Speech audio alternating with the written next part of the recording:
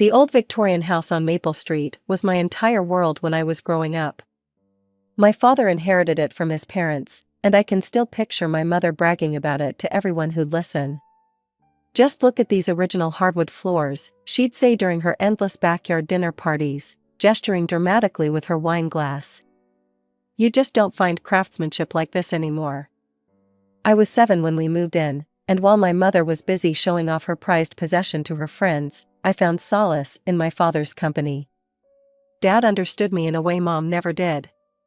He'd notice when I finished one book and immediately appear with another, like magic. "Hannah," he'd say, his eyes twinkling as he pulled yet another novel from behind his back, "I think you're going to love this one." And I always did. Mom didn't get it. "Hannah, sweetie," she'd sigh, watching me curl up in the window seat with my latest treasure, "wouldn't you rather go play with the neighbor kids? Sarah from next door just got a new bike." "I'm good here, Mom," I'd reply, not looking up from my page. I could feel her disappointment from across the room, but Dad would just wink at me from behind his newspaper. I wasn't completely antisocial. I had my moments of glory at school, especially after I started writing for the school newspaper. My stories always got people talking, and even the popular kids would stop me in the hallway to ask when my next piece was coming out. But my favorite escape was still my grandmother's house, with its magical library room that smelled of old paper and leather. "A writer needs to read," Grandma would say, running her fingers along the spines of her beloved books. "How else will you learn to tell your own stories?" She'd let me spend hours in there, bringing me cookies and hot chocolate while I devoured everything from classic literature to modern mysteries. I was 12 when the police showed up at our door. I remember every detail of that moment: Mom's coffee cup shattering on the kitchen floor, the officer's grave expression, the words "terrible accident" echoing through our hallway. Just like that, Dad was gone. Mom cried for weeks. I'd hear her at night, muffling her sobs into her pillow. But then, something shifted. The tissues disappeared from her nightstand, replaced by makeup and perfume bottles. She started going out in the evenings, coming home with a bounce in her step and color in her cheeks. "Life goes on, Hannah," she told me one morning over breakfast, applying lipstick in her compact mirror. "We can't stay sad forever." I nodded, but something felt off. The way she said it, like she was trying to convince herself more than me. I didn't know it then, but that morning marked the beginning of the end of my childhood. Mom met Richard at some office party. Within a week, he was having dinner at our house. Within 2 weeks, he'd moved in his things. Within a month, they were married in a small courthouse ceremony. It happened so fast, I barely had time to process that this stranger was now living in Dad's house, sleeping in Dad's bed, sitting in Dad's chair at our dinner table. The first time Grandma met Richard, I could see the concern in her eyes. She pulled Mom aside into the kitchen, but their whispered conversation quickly turned into raised voices. "Linda, you barely know this man," Grandma hissed. "Think about Hannah." "I am thinking about Hannah," Mom shot back. "She needs a father figure." She had a father, Grandma's voice cracked. "And his memory deserves more respect than this." That was the last time Grandma was allowed in our house. Mom told her not to come back until she could be supportive. Richard never hit me or yelled at me, but he had other ways of making me feel unwelcome. He'd walk into a room where I was reading and immediately turn on the TV at full volume. If I was doing homework at the kitchen table, he'd start complaining about clutter. Once, when I was looking at Dad's old photos in the living room, Richard gathered them up and put them in a box. Mom watched it all and said nothing. Worse, she started sending me to my room whenever Richard came home from work. "Honey, Richard's had a long day," she'd say. "He needs some quiet time." Then Mom got pregnant, and whatever scraps of attention I had been getting disappeared completely. They turned Dad's old office into a nursery, cooing over paint samples and tiny clothes. When my sister Emily was born, you'd think she was the first baby ever to exist. One morning, I stood in front of Mom while she was feeding Emily. "Mom, none of my clothes fit anymore. I need new ones for school." She looked at me like I'd asked for a private jet. Hannah, do you have any idea how expensive babies are? We just had to buy Emily a new crib. But Mom, my jeans are all too short, and... For God's sake, Linda, Richard interrupted from behind his newspaper. The girl acts like we're made of money. When I was her age, I wore hand-me-downs. Mom sighed heavily. We'll go to the discount store this weekend. But this is the last time, Hannah. You're getting too expensive to maintain. Too expensive to maintain. Like I was a car with too many repair bills. I looked at Emily in her designer onesie, surrounded by new toys, and felt something inside me harden. I was trudging home from school one rainy Tuesday, lost in my thoughts, when I heard a familiar voice call my name. There, standing under a red umbrella with that mischievous smile I'd missed so much, was Grandma. Hannah, sweetheart. She pulled me into a tight hug that smelled of cinnamon and home. Oh, look at you. You've grown so tall. Grandma. I hugged her back fiercely, realizing just how much I'd missed her. I haven't seen you in forever. Her face clouded slightly. I know, dear. Your mother, well, she's made it clear I'm not welcome at the house anymore. Then her eyes twinkled. But what she doesn't know won't hurt her, right? How about we get some hot chocolate and catch up? At the small cafe around the corner, over steaming mugs and chocolate croissants, Grandma laid out her proposal. Your mother can't stop me from seeing my granddaughter, she said firmly. If she asks, just tell her you're out with friends. You do still have friends, don't you? And just like that, my life split in two. At home, I was the unwanted shadow, tiptoeing around Richard's moods and Mom's indifference. But my afternoons belonged to Grandma. We'd spend hours in her library, discussing books and writing. She'd help me with my homework, then we'd cook dinner together. Mom never questioned where I was spending my time. If anything, she seemed relieved when I'd come home late. This went on for about a year, until one night at dinner, Mom and Richard dropped their bomb. Emily needs her own room, Richard announced, cutting into his steak. She's getting too big for the nursery. I looked up from my plate, confused. But all the bedrooms are taken. Unless you're turning Dad's old office. We've decided to give her your room, Mom interrupted. You can sleep on the pull-out couch in the basement. The basement. The dark, damp space where Richard stored his tools and Mom kept old holiday decorations. Where the heating barely worked in winter. This isn't fair, I protested, looking to Mom for support. Dad would never. Well, your father isn't here, is he? Mom snapped. And quite frankly, Hannah, you should be grateful we're letting you stay here at all. Most kids your age would be happy to have any space to themselves. I sat there, fork frozen halfway to my mouth, as the full impact of her words hit me. Letting me stay here. Like I was some charity case they'd taken in, not the daughter who'd lived in this house since she was 7. Not the girl whose father had lovingly painted clouds on her bedroom ceiling when she was 10 because she said she wanted to sleep under the sky. When do you want me to move? I asked, my voice hollow. This weekend, Richard said. I want to start painting on Monday. Emily wants pink walls. That night, I lay in my bed for just 3 more days, and stared up at those fading clouds. I took a picture of them with my phone, knowing they'd soon be covered by whatever shade of pink Emily had chosen. Another piece of Dad erased. Another part of me displaced. Living in the basement turned out to be a blessing in disguise.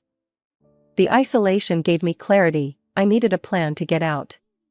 College became my lifeline, my ticket to freedom, and I threw myself into making it happen. Every afternoon at Grandma's house, I worked on my applications. My portfolio was growing impressive, editor of the school newspaper, 3 statewide creative writing competition wins, and a collection of short stories published in various youth literary magazines. My English teachers wrote glowing recommendations, especially Mrs. Peterson, who called me the most promising young writer I've encountered in 20 years of teaching. High school graduation day arrived with June's sticky heat. I sat among my classmates in the auditorium, scanning the crowd. Grandma was there, beaming proudly from the middle section, but Mom and Richard's seats remained empty. They'd announced at breakfast that Emily had a dance recital the same afternoon. After the ceremony, Grandma hugged me tight. "Your father would have been so proud," she whispered, her voice thick with emotion.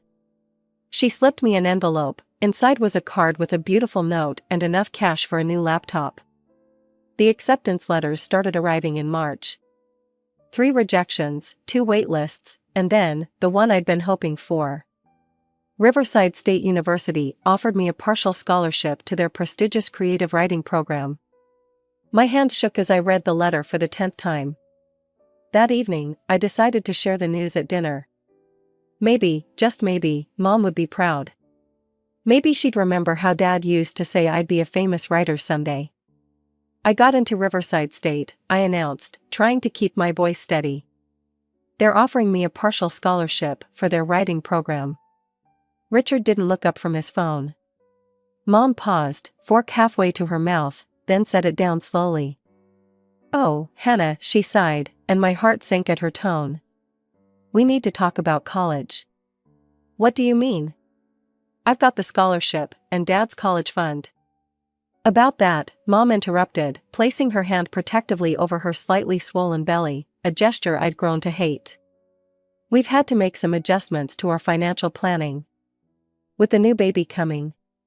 I felt the blood drain from my face. "What adjustments?" "Emily's private school tuition is already significant, and with another baby on the way." "My college fund?" I repeated numbly. "The money Dad saved for my education?" "Your father would understand," Mom said, her voice hardening. "Family comes first. Family comes first." The words echoed in my head like a bad joke.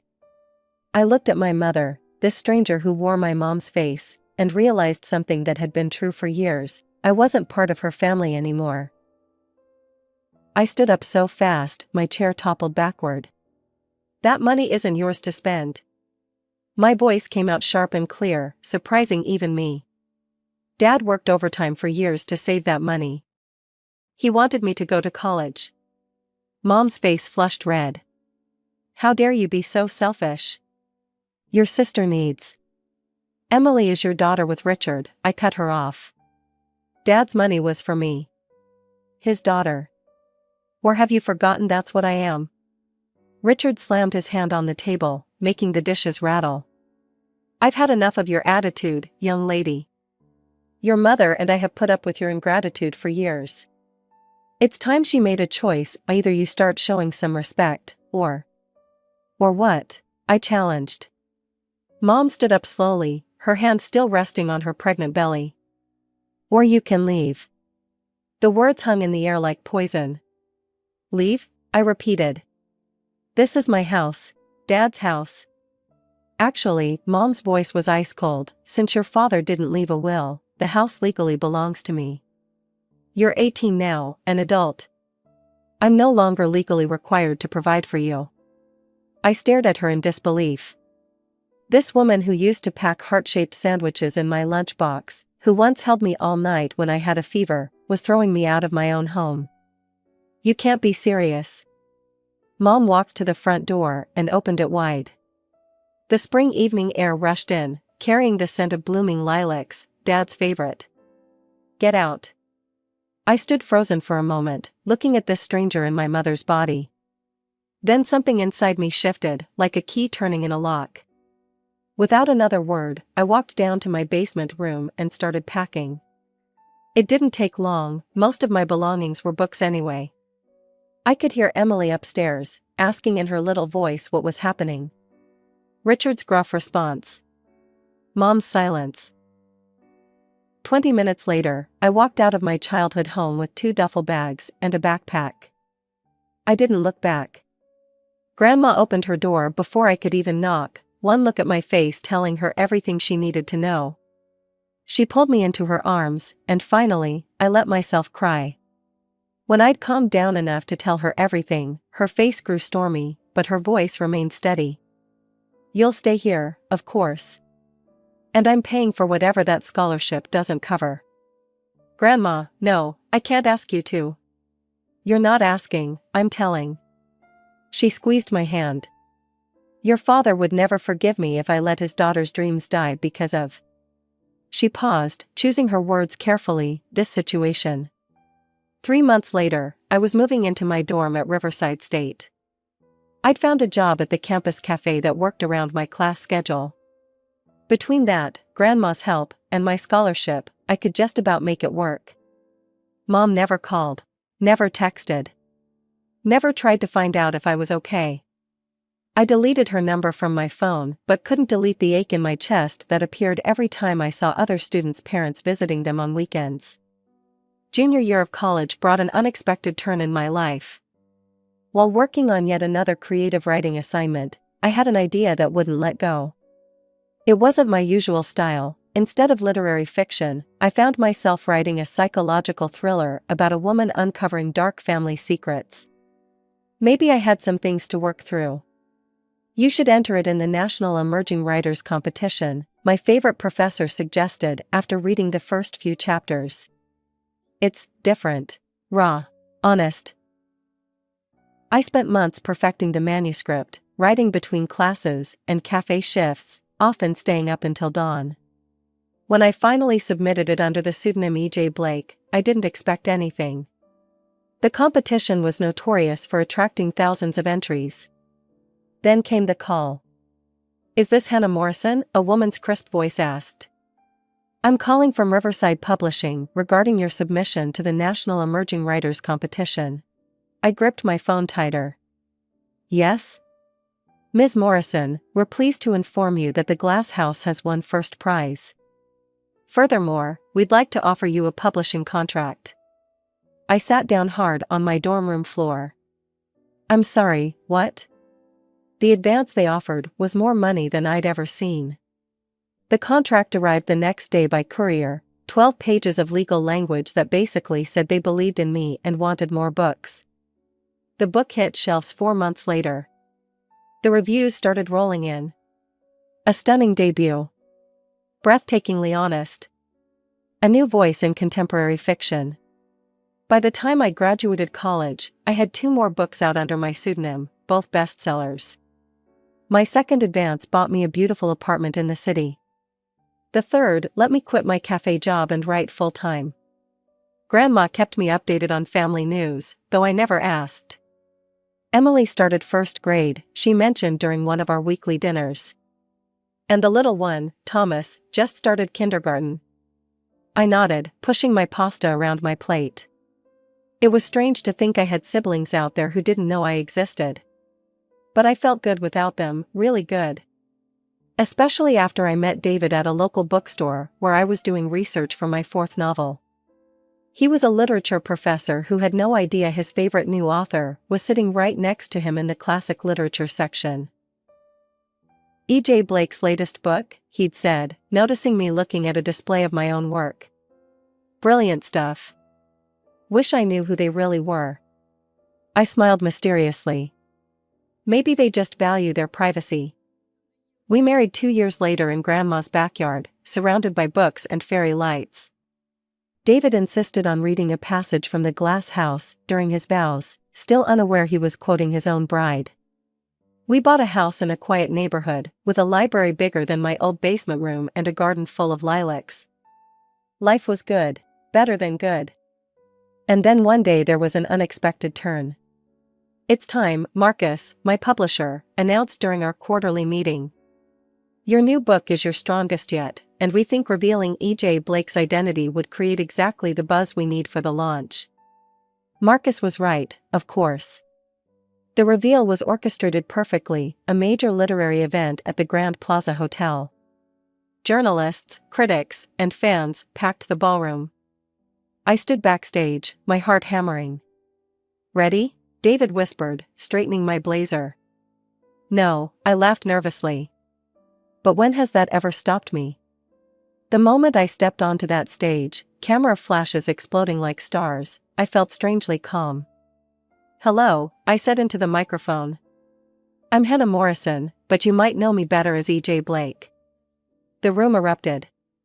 The next few weeks were a whirlwind. My face was everywhere: magazine covers, morning shows, literary blogs. Mystery author revealed. E.J. Blake, literature's best-kept secret. The woman behind the words. Then came the message on social media. Hannah, sweetheart. I've been watching you on TV. You look so beautiful, so successful. I've missed you so much. Can we talk? I want to make things right. Love, Mom. My finger hovered over the delete button. After 14 years of silence, now she wanted to talk? I have nothing to say to you, I wrote back. Please don't contact me again. I thought that would be the end of it. I was wrong. A week later, I was in my home office when David called up from downstairs. There's someone at the door. I knew before I reached the foyer. Mom stood on my porch, older but still recognizable. Her eyes were red and puffy. Oh, Hannah, she cried, stepping forward with outstretched arms. I stayed behind the screen door. What do you want? She wiped her eyes, composing herself with surprising speed. I've been following your success. You've done so well for yourself. No thanks to you. I know. I made mistakes. She wrung her hands. But I'm here because, well, Emily is graduating high school next month. She's so bright, Hannah. She got accepted to several colleges, but with Thomas still in school and the economy being what it is. I let out a harsh laugh. You're here for money? She's your sister, Mom pressed. And I know you're doing well now. Those books must bring in quite a bit. My sister? I interrupted. The same sister you gave my room to? The sister you spent my college fund on? That sister? Hannah, please. We're family. No. My voice was steel. We're not family. Family doesn't throw their child out on the street. Family doesn't steal their college fund. You made your choice 14 years ago, Mom. You chose Richard and your new family over me. You don't get to show up now, acting like a loving mother, just because you want my money. You ungrateful, selfish brat. Mom's voice rose to a shriek. After everything we did for you. She was causing a scene now, her voice echoing down our quiet street. You'd let your own sister suffer, just to spite me. I stepped back inside. Goodbye, Mom. The door closed with a satisfying thud, drowning out her continued screams. I thought that would be the end of it. I was wrong. A week later, David called me into the living room, his face grim. On the TV screen was my mother, dabbing her eyes with a tissue as she spoke to a sympathetic interviewer. My daughter abandoned us, she sobbed. As soon as she got famous, she forgot where she came from. Now her little sister needs help with college, and she won't even answer our calls. Money changed her. Success made her cruel. The interview was just the beginning. Soon, my social media was flooded with hate messages from strangers who'd read Mom's posts about her heartless daughter who threw away her family for fame. Karma will get you, one comment read. What kind of person abandons their family, said another. Your poor mother. Your poor sister. I was shell-shocked until Marcus called. We're holding a press conference, he said firmly. Time to tell your side. I don't want to air my dirty laundry in public, I protested. Hannah, he said gently, you've built your career on telling the truth through your stories. Maybe it's time to tell your own. The next morning, I stood at the podium, cameras flashing. Grandma sat beside me, her spine straight as steel, her eyes clear and determined. My name is Hannah Morrison, I began, my voice steady. And this is the story my mother isn't telling you. For the next hour, we laid out everything. The college fund that was stolen. The basement bedroom. The cruel stepfather. The day I was thrown out. Grandma provided bank statements showing she'd paid for my education. I had old text messages, school records, witnesses from my teenage years. I didn't abandon my family, I concluded. They abandoned me. The only family I had left was my grandmother, who took me in when my own mother threw me away. I built myself up from nothing, with no help from the woman now demanding I fund her new family's dreams. The story broke like a tsunami. Author reveals years of family abuse, the headlines read. Mother's claims backfire. The true story behind E.J. Blake. My latest book shot to #1 on every bestseller list. Mom tried one more social media rant, but my lawyer's cease and desist letter shut that down quickly. One more false statement, I warned her, and I'll see you in court. She finally fell silent. That was 5 years ago. Life has settled into a peaceful rhythm since then. David and I have our quiet home, our library, our garden. Grandma comes for Sunday dinner every week, and we laugh and talk and share stories, real ones, honest ones. Sometimes I think about Emily and Thomas, the siblings I'll never know. I hope they're happy. I hope they're loved. I hope their mother learned to be better for them than she was for me. But mostly, I don't think about that part of my past at all. I've learned that family isn't always about blood, sometimes it's about the people who choose to stay when others walk away. Sometimes it's about building something new from the ashes of what was lost. I remember the day Veronica came into our lives. It was about a year after Mom passed away. Dad was still a bit lost, moving through life like he was walking in a fog. Then Veronica showed up, all smiles and sweet words. Dad thought she was a blessing, I wasn't so sure. "Hey, pumpkin," Dad said one evening, his voice a mix of excitement and nerves. "I want you to meet someone special. This is Veronica." I looked up from my coloring book, eyeing the tall woman standing beside him. She had this big, bright smile, but her eyes didn't match it. They were like little calculators, sizing me up. "Hello, sweetie." Veronica knelt down to my level, her voice too sugary. "I've heard so much about you. Your dad tells me you're the smartest little girl in town." I just nodded, not sure what to say. Dad looked at me, his eyes begging for approval. "Isn't she great, Dakota?" "Yeah, she's nice," I mumbled, turning back to my coloring. I wasn't good at lying, even then. The first few weeks were okay.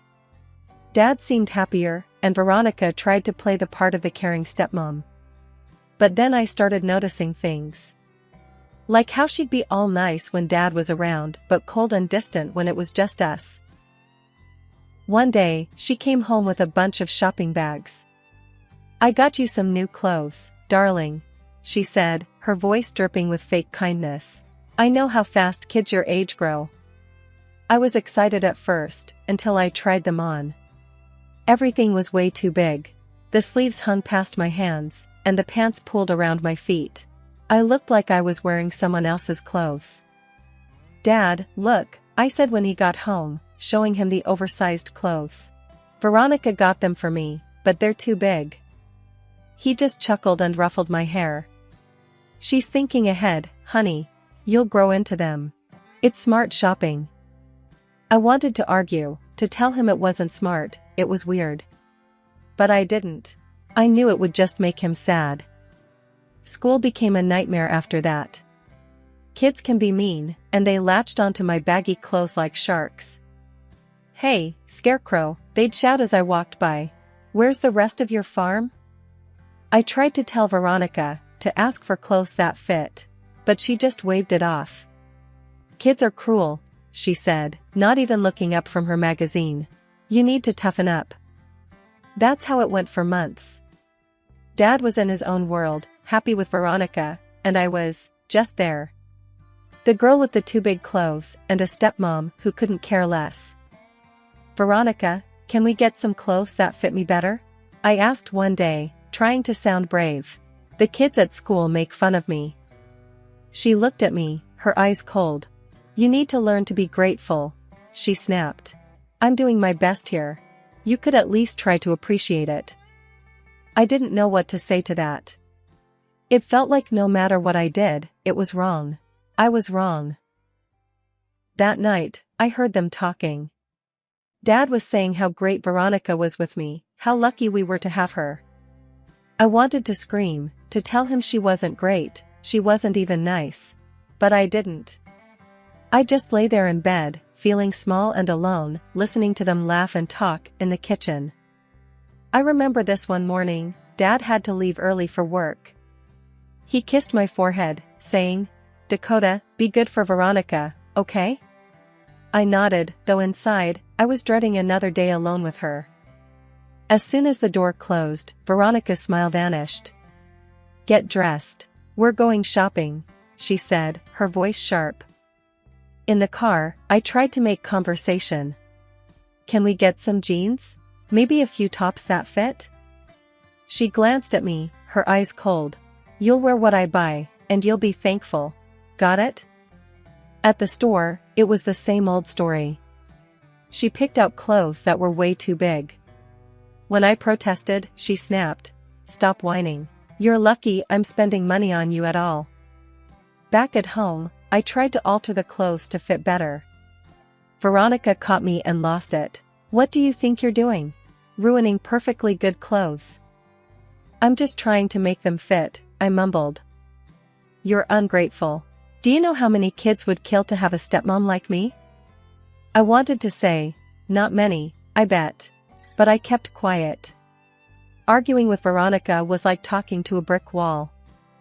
A few weeks later, she joined the school parent council. It was her new stage, and she played her part perfectly. I overheard her talking to other parents at a school event, her voice dripping with fake concern. "It's so hard, raising someone else's child," she sighed. "But I just love her like my own." The other parents ate it up. "You're such a saint," one of them said. "Taking on such a big responsibility." I felt sick listening to her. At home, it was a different story. If I left a cup on the table or forgot to make my bed, she'd go off. "Look at this mess. Your mother would be ashamed." One night, I tried to talk to Dad about it. "Veronica's different when you're not around," I said, hoping he'd listen. He shook his head, a tired look on his face. "She's doing her best, honey. You need to give her a chance." "But Dad." "No buts. She's your stepmom now. You need to respect her." It was like talking to a statue. Dad wouldn't hear a word against Veronica. I felt so alone, like I was trapped in a nightmare and couldn't wake up. Life with Veronica was like walking on eggshells, never knowing when she'd snap. I was counting down the days until I could leave for college and start my own life. But then, everything changed again. It was a Tuesday morning, just like any other. Dad was rushing around, getting ready for work, and I was trying to avoid Veronica's morning mood. Suddenly, Dad clutched his chest, his face twisted in pain. "Dad!" I screamed, rushing to him. Veronica came running in, her usual mask of concern back in place. "What's happening?" "I don't know, he's in pain." I was panicking, tears streaming down my face. Veronica was on the phone in seconds, calling for an ambulance. But it was too late. Dad was gone before they even got there. The next few days were a blur. Relatives I hadn't seen in years came pouring in, offering their condolences. Veronica was the grieving widow, perfectly playing her part. She'd cry on cue, telling everyone how much she loved Dad, how she didn't know how she'd manage without him. At the funeral, she gave a eulogy that would have won an Oscar. "He was the love of my life," she sobbed into the microphone.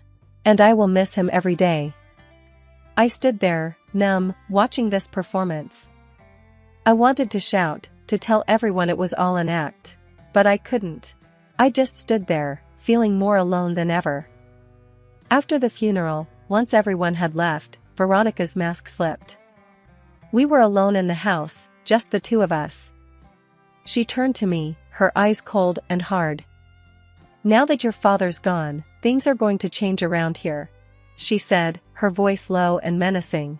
"You're going to learn to respect me." I was still in shock from Dad's death, and her words felt like a slap in the face. "What are you talking about?" I managed to say, my voice barely above a whisper. "Don't play dumb with me, Dakota. she hissed. Your father's not here to protect you anymore. And I'm not going to put up with your attitude. I couldn't believe what I was hearing. My father had just died, and all she could think about was herself. You're unbelievable, I said, my voice shaking with anger. He was your husband. How can you be so cold? She laughed, a harsh, bitter sound. Oh, please. Your father was a means to an end, nothing more. And now that he's gone, I'm in charge.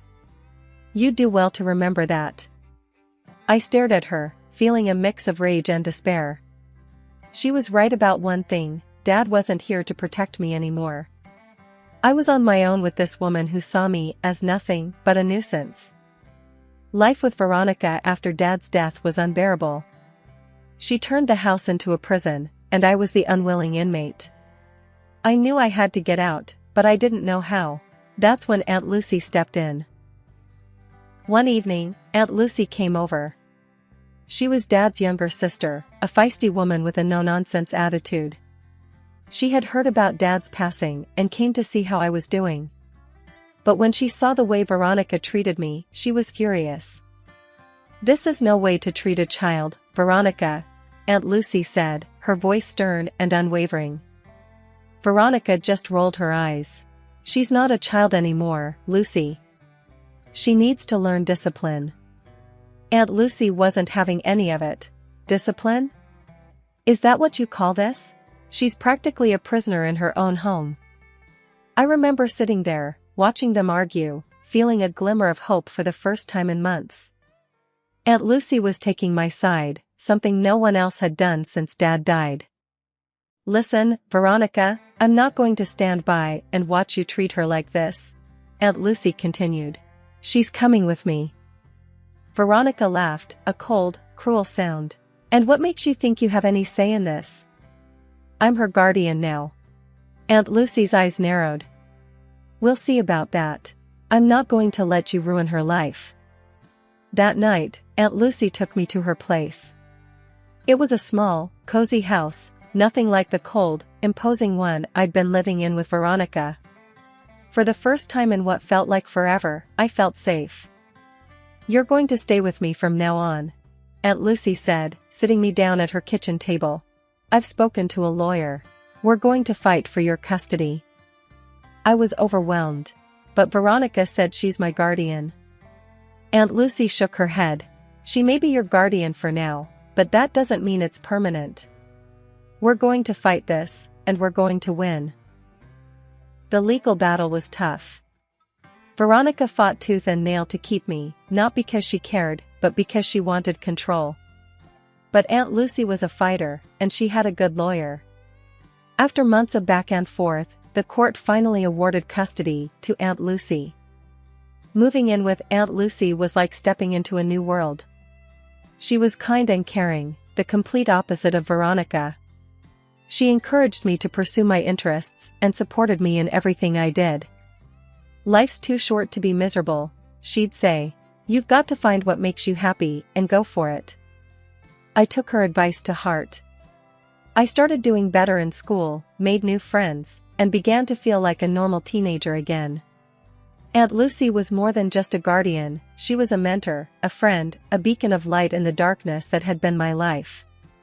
Living with Aunt Lucy gave me the stability and love I needed to heal from the years of neglect and emotional abuse I'd suffered under Veronica. For the first time, I started looking forward to the future, dreaming about what I could become. It was the beginning of a new chapter, a new life, and I was determined to make the most of it. Years had passed since I last saw Veronica. I was now working at a reputable firm, forging my own path. The past seemed like a distant memory until one ordinary day, my phone rang, displaying an unknown number. Dakota Harrison speaking, I answered, expecting a routine work call. The voice on the other end was unfamiliar, clinical. Hello, Ms. Harrison, this is Nurse Jenkins from St. Mary's Hospital. I'm calling about your mother. She's been admitted here. A wave of confusion hit me. My mother passed away years ago, I corrected, my voice tinged with surprise. The nurse quickly clarified. I apologize for the confusion. I meant your stepmother. She's listed you as her next of kin. My mind raced. Why would Veronica list me? After everything? What happened to her? I asked, a mix of curiosity and old resentment bubbling up. She's had a serious fall and requires surgery. She's been asking to see you, the nurse explained. I was torn, a whirlwind of emotions clouding my judgment. I'll think about it, I said, ending the call. That evening, I shared the news with Aunt Lucy. Her reaction was a mix of concern and disbelief. Why would she ask for you after all this time, and after all she did? I don't know, I replied, feeling a turmoil of emotions. Part of me wants to see if she's changed.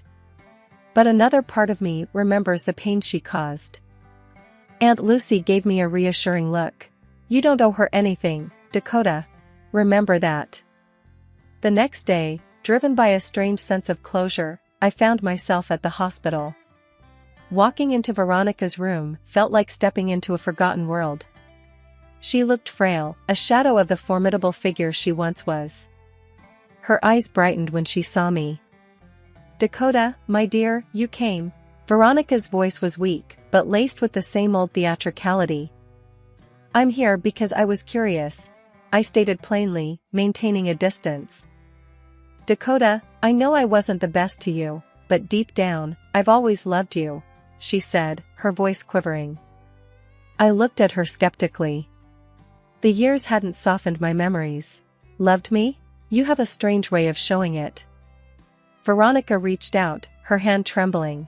I made mistakes, but I am alone now. I need help, and you're all I have left. Her words, meant to tug at heartstrings, left me cold. You're alone because of the choices you made, Veronica, not because of circumstances. She persisted, her eyes pleading. Please, Dakota, I have nobody else. I do love you, you have to believe me. I studied her for a long moment. The woman who had tormented my childhood was now lying here, claiming love. It was hard to digest. I'll hear what you have to say, I finally said, not committing to anything but curious enough to stay. But don't expect me to forget the past so easily. Sitting across from Veronica in the stark, sterile hospital room, I could hardly reconcile this frail figure with the woman who had once so masterfully controlled our household. Yet, as she began to speak, the familiar undertones of manipulation in her voice were unmistakable, reminding me that some things never truly change. Dakota, she started, her voice quavering, I've made a mess of things since your father passed. The inheritance, it's all gone. Her admission didn't surprise me. Gone? How? I asked, though a part of me didn't want to hear the sordid details. I wasn't wise with the money, she confessed, avoiding my gaze. Bad investments, debts, it's all squandered. I shook my head in disbelief. This was the woman who used to preach about prudence and responsibility, and you're telling me this why? Veronica looked up, her eyes locking onto mine. The doctors say I need surgery, but I can't afford it. I have no insurance left. So, what do you expect me to do about it? I asked, feeling a mixture of anger and incredulity. I need your help, Dakota. I need you to pay for the surgery, she said, the tone of her voice shifting from plea to expectation. I couldn't help but laugh, albeit bitterly. After everything you've put me through, you really think I'd help you? She tried to play the sympathy card again. You're my family, Dakota. The only one I have. Family? I retorted. You never treated me like family. Why should I start now? Her demeanor changed then, the mask of the frail, sick woman slipping. You owe me, Dakota. I took care of you when your father died. You call that care? You made my life miserable. I snapped, my patience wearing thin. Ungrateful child, she hissed, her face contorting into a scowl. I should have thrown you out when I had the chance. And why didn't you? I challenged her. Because I thought there was something in it for me, she admitted with a sneer. But you owe me, and you're going to pay, one way or another. Her threat was as clear as it was desperate. You're threatening me?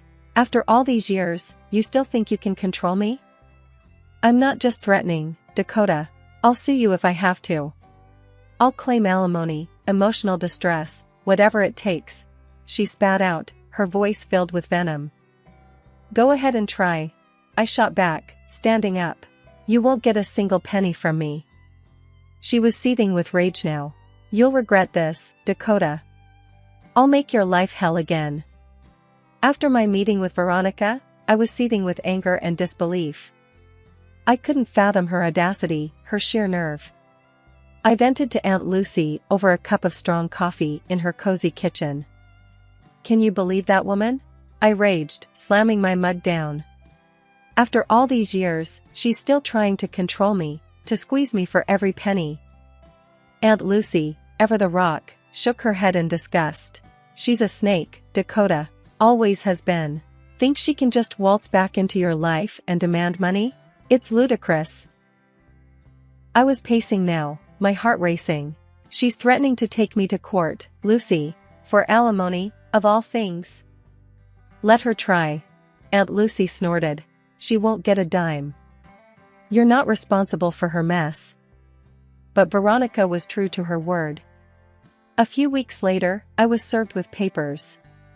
She was suing me for alimony, claiming she was entitled to it after years of caring for me. It was laughable. In court, Veronica played the frail, wronged woman. Your Honor, I took this girl in when her father passed, she said, her voice oozing fake sincerity. I provided for her, and now she's abandoning me in my time of need. I could hardly believe the gall. When it was my turn, I stood, my hands trembling with a mix of nerves and anger. That's a lie, Your Honor. She made my life a living hell. My aunt here has been my guardian and support for years. The judge looked over his glasses at Veronica. Is this true, Mrs. Harrison? Were you not this girl's legal guardian? Veronica faltered, her facade cracking. Well, legally, no. But morally, I was her. Morally? I cut in, unable to contain my frustration. There was nothing moral about the way you treated me. The judge reviewed the case, his expression stern. After considering the testimonies and the fact that Ms. Harrison's aunt was her legal guardian for the latter years, this court finds no basis for alimony. Claim dismissed. Veronica's face twisted into a mask of rage and disbelief. This isn't over, Dakota, she spat as we left the courtroom. But it was over. As Aunt Lucy and I walked out of the courthouse, I felt a weight lift off my shoulders. Veronica's last attempt to control me had failed. I was free from her grasp, once and for all. You did good, Dakota, Aunt Lucy said, squeezing my hand. She can't hurt you anymore. I nodded, feeling a surge of relief and newfound strength. I know. It's finally over. That day marked the end of a long, painful chapter in my life. Veronica had no hold over me anymore. I had faced her in court and won. I was free to live my life on my terms, without the shadow of her manipulation looming over me. The courthouse steps behind me felt like a bridge between my troubled past and a hopeful future. Aunt Lucy and I headed to a small cafe nearby, a place that had become our spot for post-court discussions. So, it's finally over, I said, stirring my coffee absent-mindedly. I can't believe after all these years, I'm finally free of her. Aunt Lucy nodded, her eyes reflecting a mix of pride and relief. You stood up to her, Dakota. That took guts. You've come a long way from the scared little girl you once were. I smiled, a genuine sense of accomplishment washing over me. Yeah, I guess I have. It's just, I never thought it would end like this. It rarely does, Aunt Lucy said, taking a sip of her tea. But the important thing is it did end. You can finally put Veronica and all that mess behind you. Her understanding and support were like a beacon in the dark. Thanks, Lucy. I don't know what I would have done without you. She smiled warmly. That's what family is for. And remember, you've got a whole life ahead of you. A life that's yours to shape. We spent the rest of the afternoon talking about future plans, my work, travel dreams, and personal goals. For the first time in a long while, I felt genuinely excited about what lay ahead. As I walked home that evening, the city lights sparkled a little brighter, and the air felt a little fresher. I realized that for the first time in my life, I was truly free. Free from Veronica's shadow, free from the fear and the pain she had caused. Back in my apartment, I stood by the window, looking out over the bustling city. This was my world now, a world full of possibilities. I thought about everything I had overcome, the battles I had fought, and the strength I had found within myself. I was no longer the victim of my past, but the architect of my future.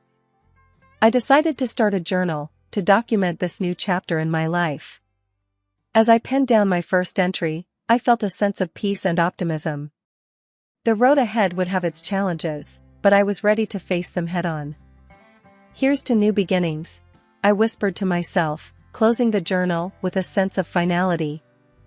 Veronica's chapter in my life was closed, but mine was just beginning. I was ready to write my own story, one filled with hope, resilience, and the freedom to be who I truly was.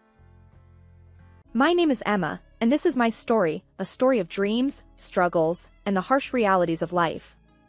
I'm 32, working as a manager in a reputable company.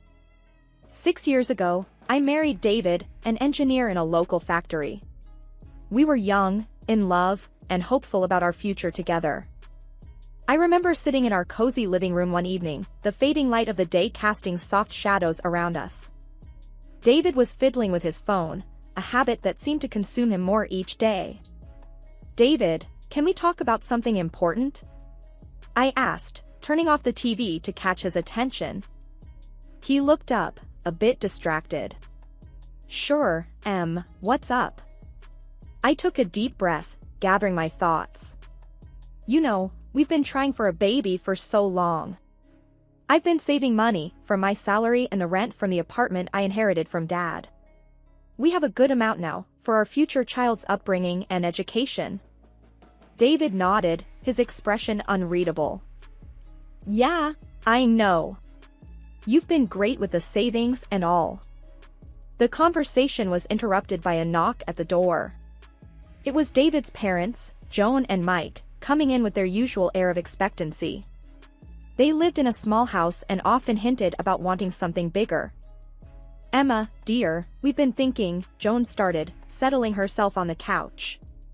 "It's about time we looked for a bigger house, you know, something more comfortable." I exchanged a quick glance with David. "Joan, we've talked about this.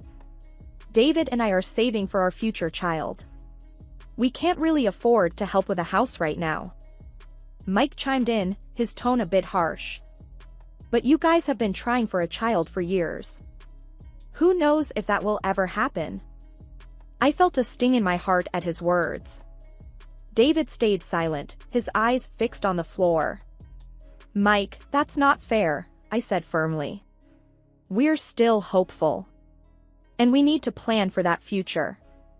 The evening ended with an awkward goodbye. As they left, I turned to David, looking for some support.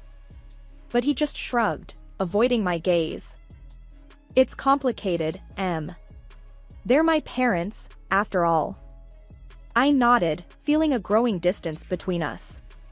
"But we have our own family to think about, David. Our future." The days leading up to the big reveal were filled with a mix of anticipation and nervousness for me. I had always dreamed of the moment I'd tell David we were going to be parents. After years of trying, the positive result on the pregnancy test felt like a miracle. That evening, as I waited for David to come home, I practiced how I would break the news. Would I just blurt it out, or make it a grand reveal? The possibilities played out in my mind, each ending with David sweeping me up in a hug, overjoyed at our impending parenthood. But life, as I was about to learn, doesn't always follow the script you write in your head. David arrived home later than usual, his footsteps heavy, his shoulders slumped. The lines on his face seemed deeper, like he was carrying the weight of the world. "David, you're home," I said, my voice quivering with excitement. "I have some incredible news." He barely looked up as he dropped his bag by the door. What's up, Em?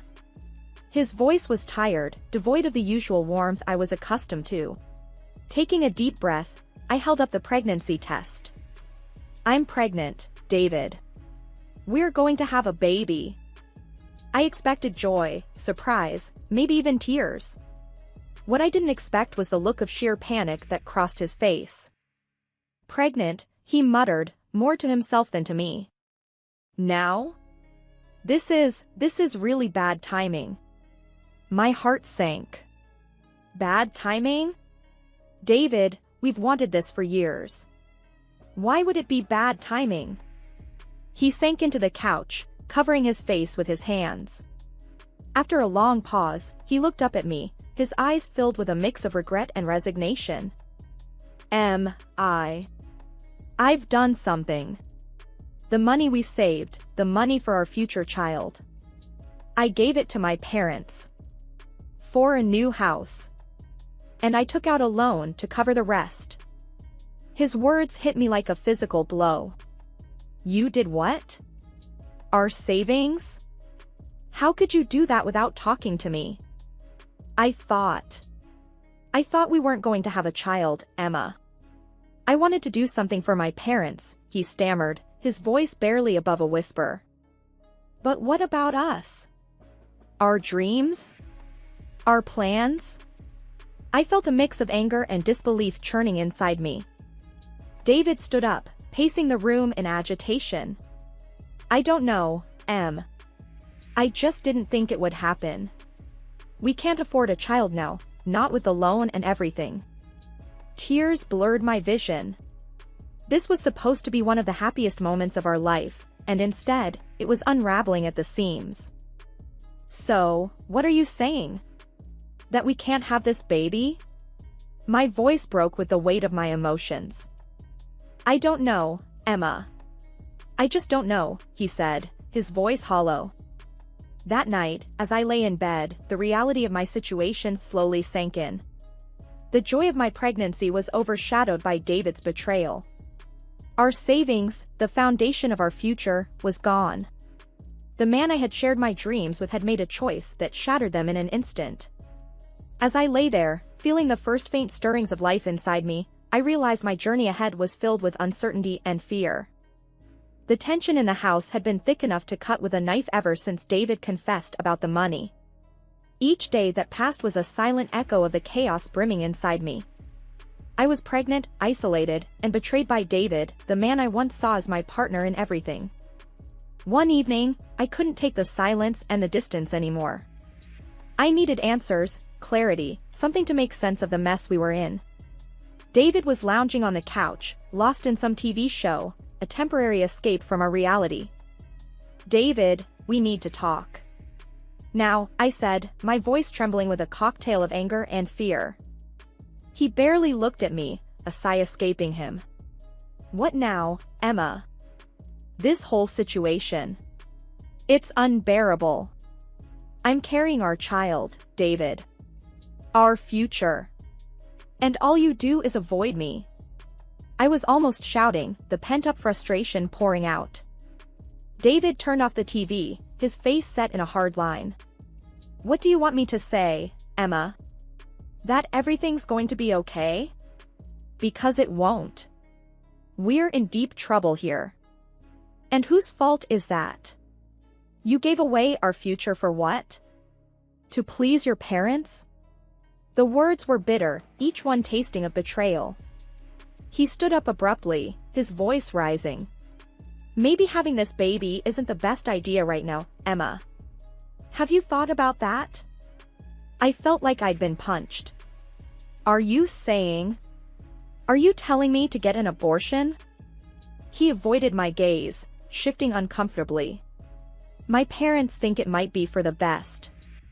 And I think they might be right. I was aghast, tears welling up in my eyes. Your parents? You're taking their advice over what we want. Over what I want. David ran a hand through his hair, frustration etched on his face. I don't know, Emma. We can't afford a baby. We're drowning here. That's no excuse to end a life, David. Our baby's life. My voice broke, the reality of his words sinking in. He turned away, his voice cold and detached. If you're so set on having this baby, then maybe you can't stay here. That hit me like a ton of bricks. You're kicking me out? Your pregnant wife. I don't know, Emma. I just can't deal with this. He was almost yelling now, something I'd never seen him do. That night, I packed my bags through a veil of tears. My home, my marriage, my dreams, all were crumbling around me. I moved into my small apartment on the city outskirts, the one place that was truly mine. But in the midst of the turmoil, a fierce determination took root. I was going to have this baby, with or without David. I was scared, yes, but more than that, I was resolute. This baby was a part of me, and I would do whatever it took to give it a life. The first few weeks in my old apartment were like living in a daze. The walls, once familiar, now echoed with the loneliness of my new reality. I was pregnant, alone, and the future seemed like a dark, uncharted territory. I spent most days in a routine that was both a comfort and a reminder of my solitude. The small joys of pregnancy, which I had once imagined sharing with David, were now moments I experienced in solitude.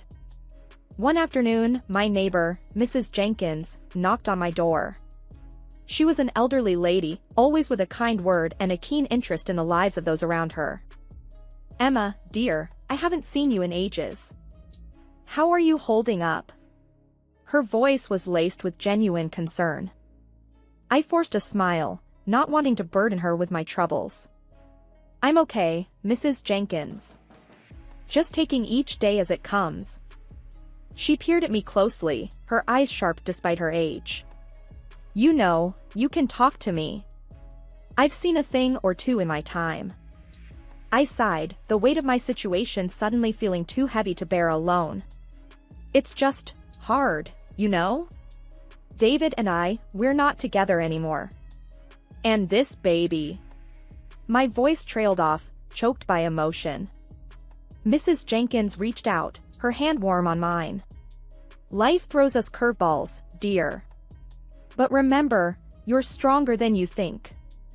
This little one," she patted my belly gently, "is lucky to have a mom like you."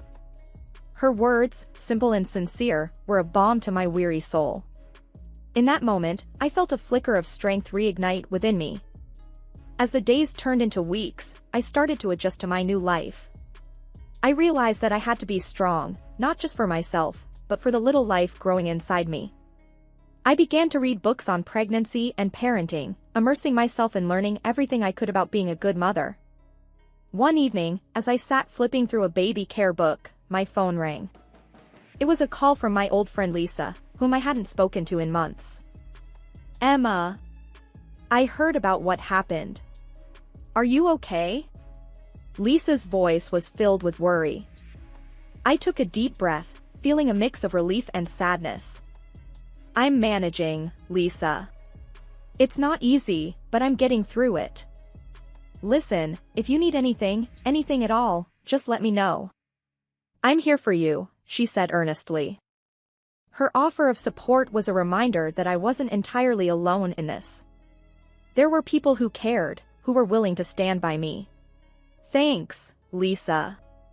That means a lot," I replied, feeling a sense of gratitude wash over me.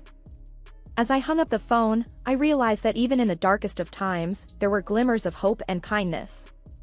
I might have been on my own, but I wasn't entirely alone. With each passing day, I grew more resilient, more determined to face whatever lay ahead. The stillness of my apartment was broken by the piercing ring of the phone. David's name flashed on the screen, a name I hadn't seen in months. With a mixture of apprehension and annoyance, I answered. "Emma, it's David," his voice sounded oddly nonchalant. "The housewarming for my parents is coming up. They're all settled in the new place." His casual tone set me on edge. "Why would I care about that, David?" "Well, I thought you'd sorted things out, with the pregnancy," he said, implying I had an abortion. His assumption boiled my blood, but I held my tongue, letting him believe his narrative. So, what do you want? I was thinking you could come. Show some goodwill, maybe bring a gift. It's the least you could do, after the mess, he added, as if it was a simple request. His audacity was astounding. But a part of me knew this was a chance to face this head-on, to put an end to this chapter. Fine, I'll be there, I said, a plan forming in my mind.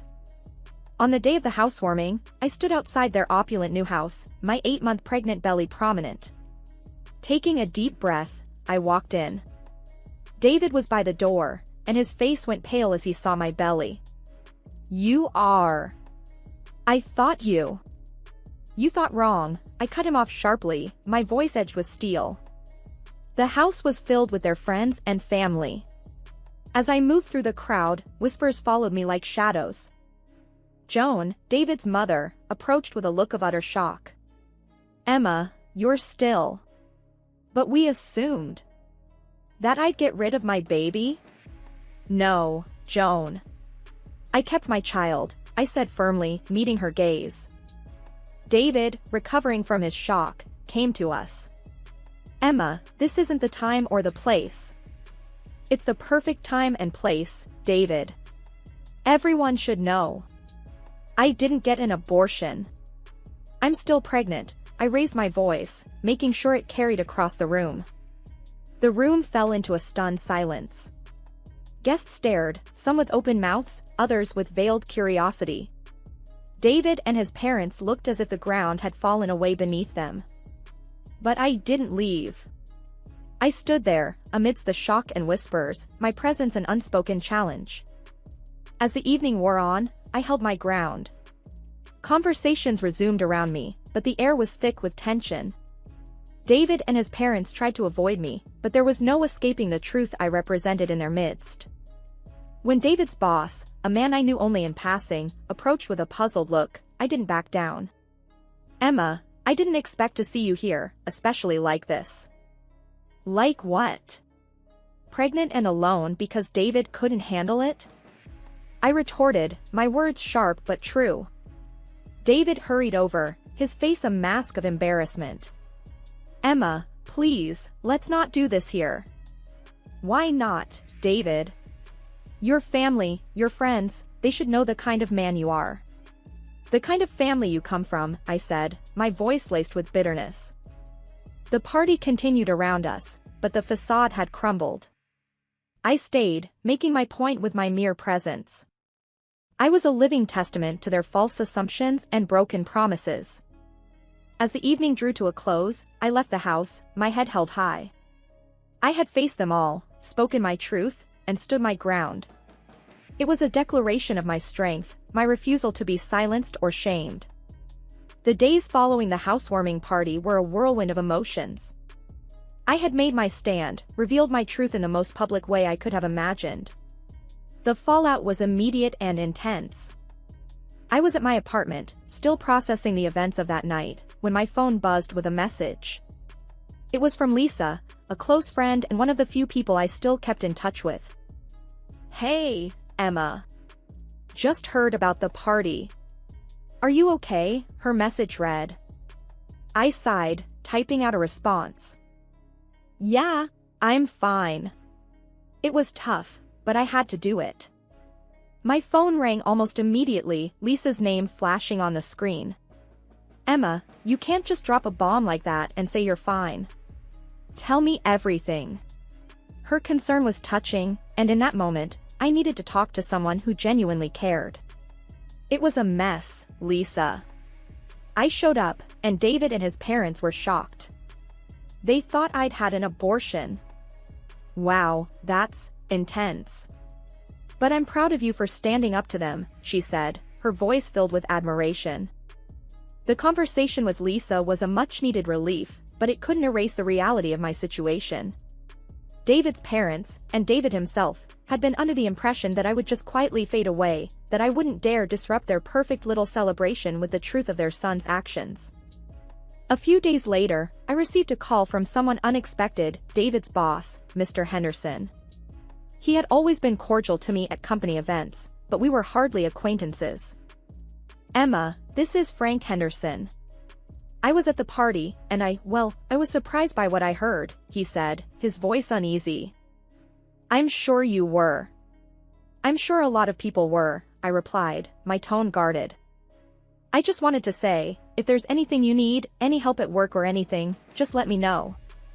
I had no idea about what David had done, he offered.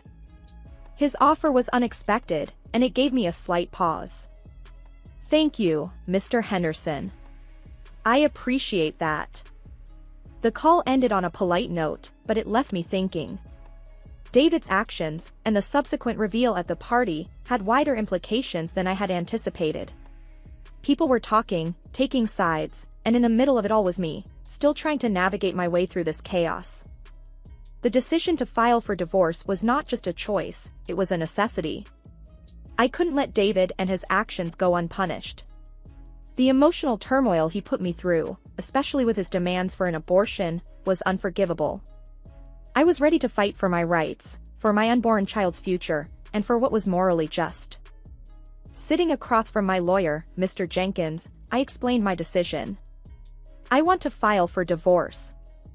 I need alimony for our child, and I want a majority of his assets. He also pushed me for an abortion. That's emotional abuse, and I won't let it slide.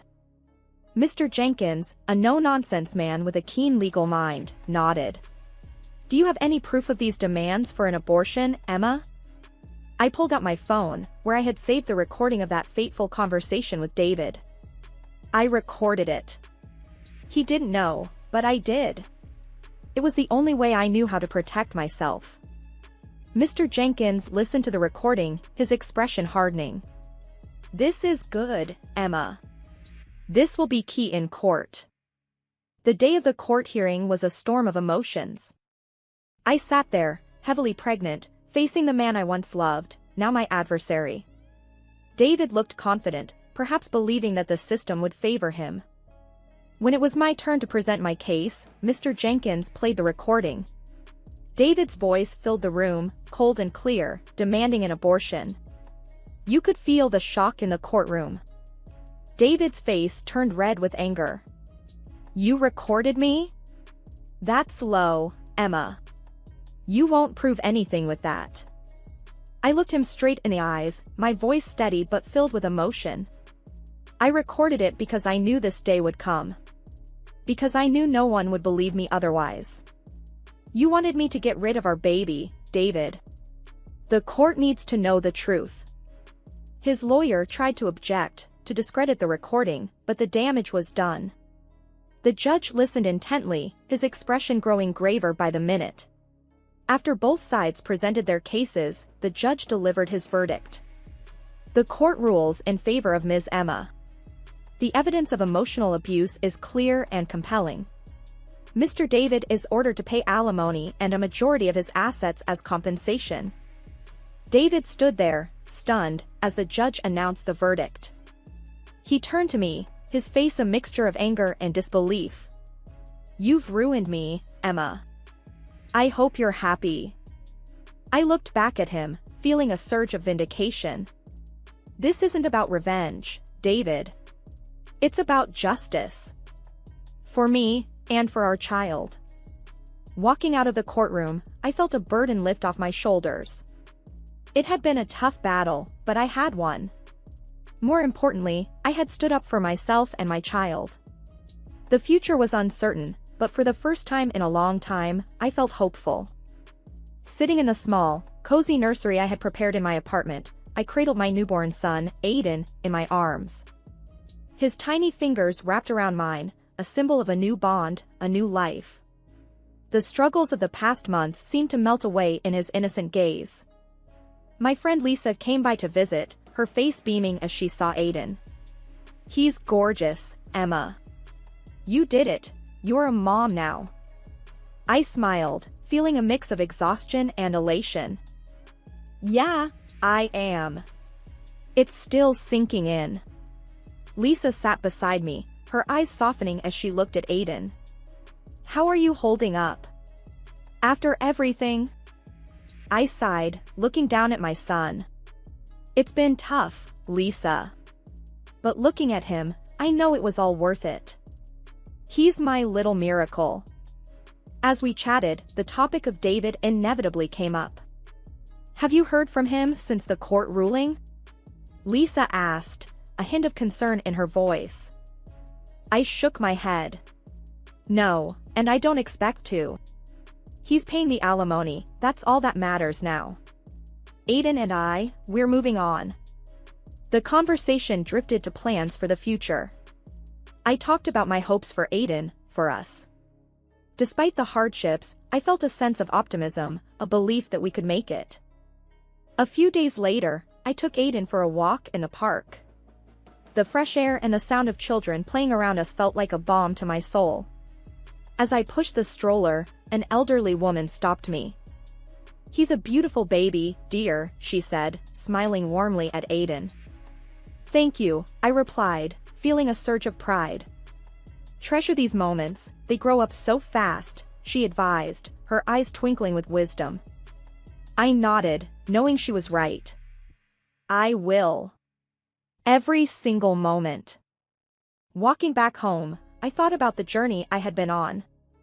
The pain, the betrayal, the fight for justice, and now, the joy of motherhood.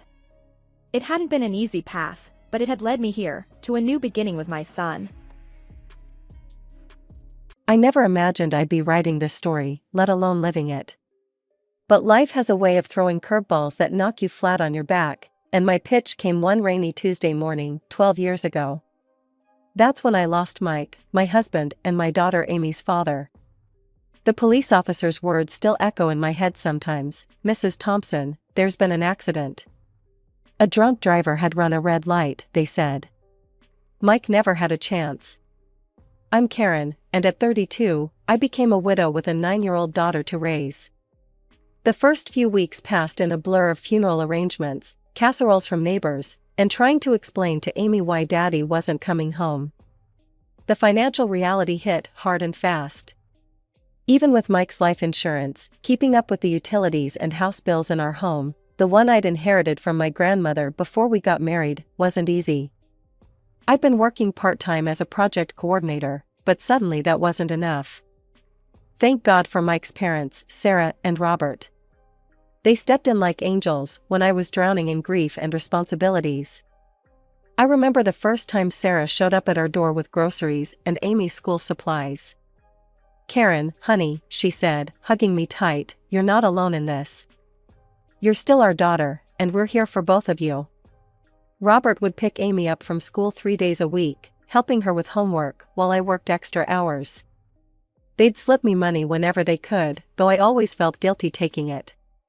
You need to think about yourself too, Sarah would say during our Sunday dinners. You're still young, Karen. Maybe dating. But I'd shake my head before she could finish. I'm not ready. Maybe I'll never be ready.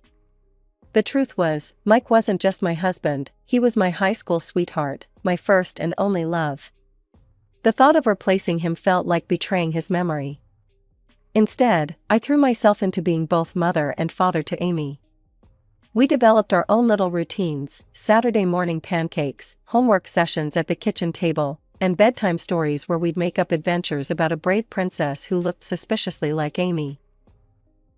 But late at night, when Amy was asleep, I'd sit in my bedroom, looking at old photos and wondering if I was doing enough. The house felt so empty without Mike's loud laugh, his horrible singing in the shower, even his socks that never quite made it to the hamper. As Amy entered her teenage years, I found myself at a crossroads in my career. My boss, Linda, called me into her office one spring morning. Karen, we've got some challenging projects coming up. Higher stakes, bigger budgets. I think you're ready for them. She slid a folder across her desk. It'll mean some travel, though. I hesitated, thinking of Amy. I don't know, Linda, my daughter. Your in-laws are still around, right? She leaned forward. Karen, your daughter's 13 now. It's time you started thinking about your career too. The projects were challenging, but exhilarating. Each successful completion brought new opportunities, and my income grew steadily. I still remember Amy's face when I came home from my first business trip. "Mom, you look different," she said, studying me. "More. I don't know, alive?" She was right. I felt alive again, not just surviving, but thriving. The years flew by in a blur of project deadlines, parent-teacher conferences, and weekend visits with the in-laws. Before I knew it, Amy was graduating high school. "Mom, I got in," she screamed over the phone one day. "University of Michigan. Can you believe it?" My heart sank and soared simultaneously. Michigan was 3 states away, but Amy's voice was so full of excitement. "That's wonderful, sweetie. We'll make it work." The day we dropped her off at college, I cried all the way home. But then something unexpected happened. I started to enjoy the quiet. For the first time in years, I could focus on myself. I cut back my hours at work, hired a contractor to renovate the kitchen I'd been complaining about for years, and planted the garden I'd always dreamed of. Amy and I kept in touch through regular Skype calls. "Mom, you won't believe what happened in chemistry today," or "Mom, the cafeteria food is terrible." I watched through my computer screen as my little girl grew into a competent young woman. Her graduation day was perfect, sunny, but not too hot. Sarah and Robert sat beside me, all of us beaming with pride as Amy crossed the stage. "I'm staying here, Mom," she announced over dinner that evening. "I've got a job offer at a marketing firm." I nodded, trying to hide my disappointment. But maybe this was better. She was building her own life, just as I had built mine. 2 years later, Amy showed up on my doorstep with a tall, handsome man named James. "Mom, we're getting engaged," she squealed, flashing a diamond ring. I was ecstatic. Robert and I immediately offered to help with the wedding expenses. But as the plans grew more elaborate, so did the costs. Each week brought new requests: designer dress, luxury venue, exotic flowers, premium catering. "Honey," I said gently one evening during a particularly expensive cake tasting, "maybe we should consider something a bit more modest?" Amy's eyes immediately welled up with tears. "But Mom, you should see Melissa's wedding photos on Instagram. And Rachel's reception was in that beautiful vineyard. I can't be the only one with a basic wedding." I looked at my daughter's pleading face and felt my resolve crumble. What was money compared to her happiness? So I dipped into my savings again, and the wedding was everything she'd dreamed of: a fairy tale celebration in Michigan complete with ice sculptures and a 7-tier cake. After the extravaganza of Amy's wedding, my bank account needed recovery time, and honestly, so did I. The house felt serene again, and I settled back into my routine. Then, 6 months after the wedding, Amy called. "Mom, we're coming to visit this weekend. We have something exciting to discuss." That Sunday morning, I was making coffee when they arrived. "Mom, you won't believe what we're planning," Amy exclaimed, settling onto our kitchen bar stool. Her eyes were sparkling with that same look she used to get when asking for a new toy as a child. "We're going to open our own business," James announced proudly. "An auto parts store." I poured them coffee, nodding encouragingly. "That's interesting. Tell me more about your plans." "Well," Amy leaned forward, "we found the perfect location. It's in a great area with lots of traffic. We just need some startup capital." When Amy named the figure, I literally choked on my coffee, splattering some onto the counter. "You're joking, right?" "Mom, it's a solid investment." Amy's voice took on that wheedling tone I remembered from her teenage years. "The location alone." "Have you done any market research?" I interrupted, wiping up the spilled coffee. "What's your business plan?" "We don't need all that." Amy waved her hand dismissively. "Mom, we know what we're doing. I have a business degree, remember?" "A marketing degree," I corrected. "And James, what's your experience with auto parts?" "I've always been interested in cars," he mumbled. "Look," Amy's voice hardened, "I'm your only heir. Everything you have will be mine eventually anyway. Why not help me now when I actually need it?" The coffee cup froze halfway to my mouth. I slowly set it down, feeling a cold anger I'd never experienced before with my daughter. "First of all," I said carefully, measuring each word, "being my heir doesn't entitle you to my money while I'm alive. Second, I haven't seen a single piece of paper showing me this is a viable business. No market analysis, no financial projections, nothing." "Come on, James," Amy grabbed her purse. "We're leaving." Obviously, Mom cares more about her money than her only daughter's happiness. They stormed out, the door slamming behind them. I sat there for a long time, staring at their untouched coffee cups. Weeks passed without a word from Amy. Then I saw it on Facebook, photos of a storefront with a grand opening banner. "Dreams do come true," Amy's post read. "So grateful we could secure a business loan to make this happen. Entrepreneurs, business owners." More posts followed, Amy behind the counter, James arranging displays, both of them smiling in front of fully stocked shelves. Then came the vacation photos, Amy and James on a Hawaiian beach, cocktails in hand. When hard work pays off. Business success, living our best life. Then the tone of the post started to change. The photos became less flashy, the captions less boastful. Business photos disappeared entirely, replaced by vague inspirational quotes about learning from challenges and staying strong through storms. Finally, 6 months after their grand opening, Amy posted a long message: "Life doesn't always go as planned. Sometimes you have to know when to close one door so another can open. Today we're announcing the closure of Thompson Auto Parts.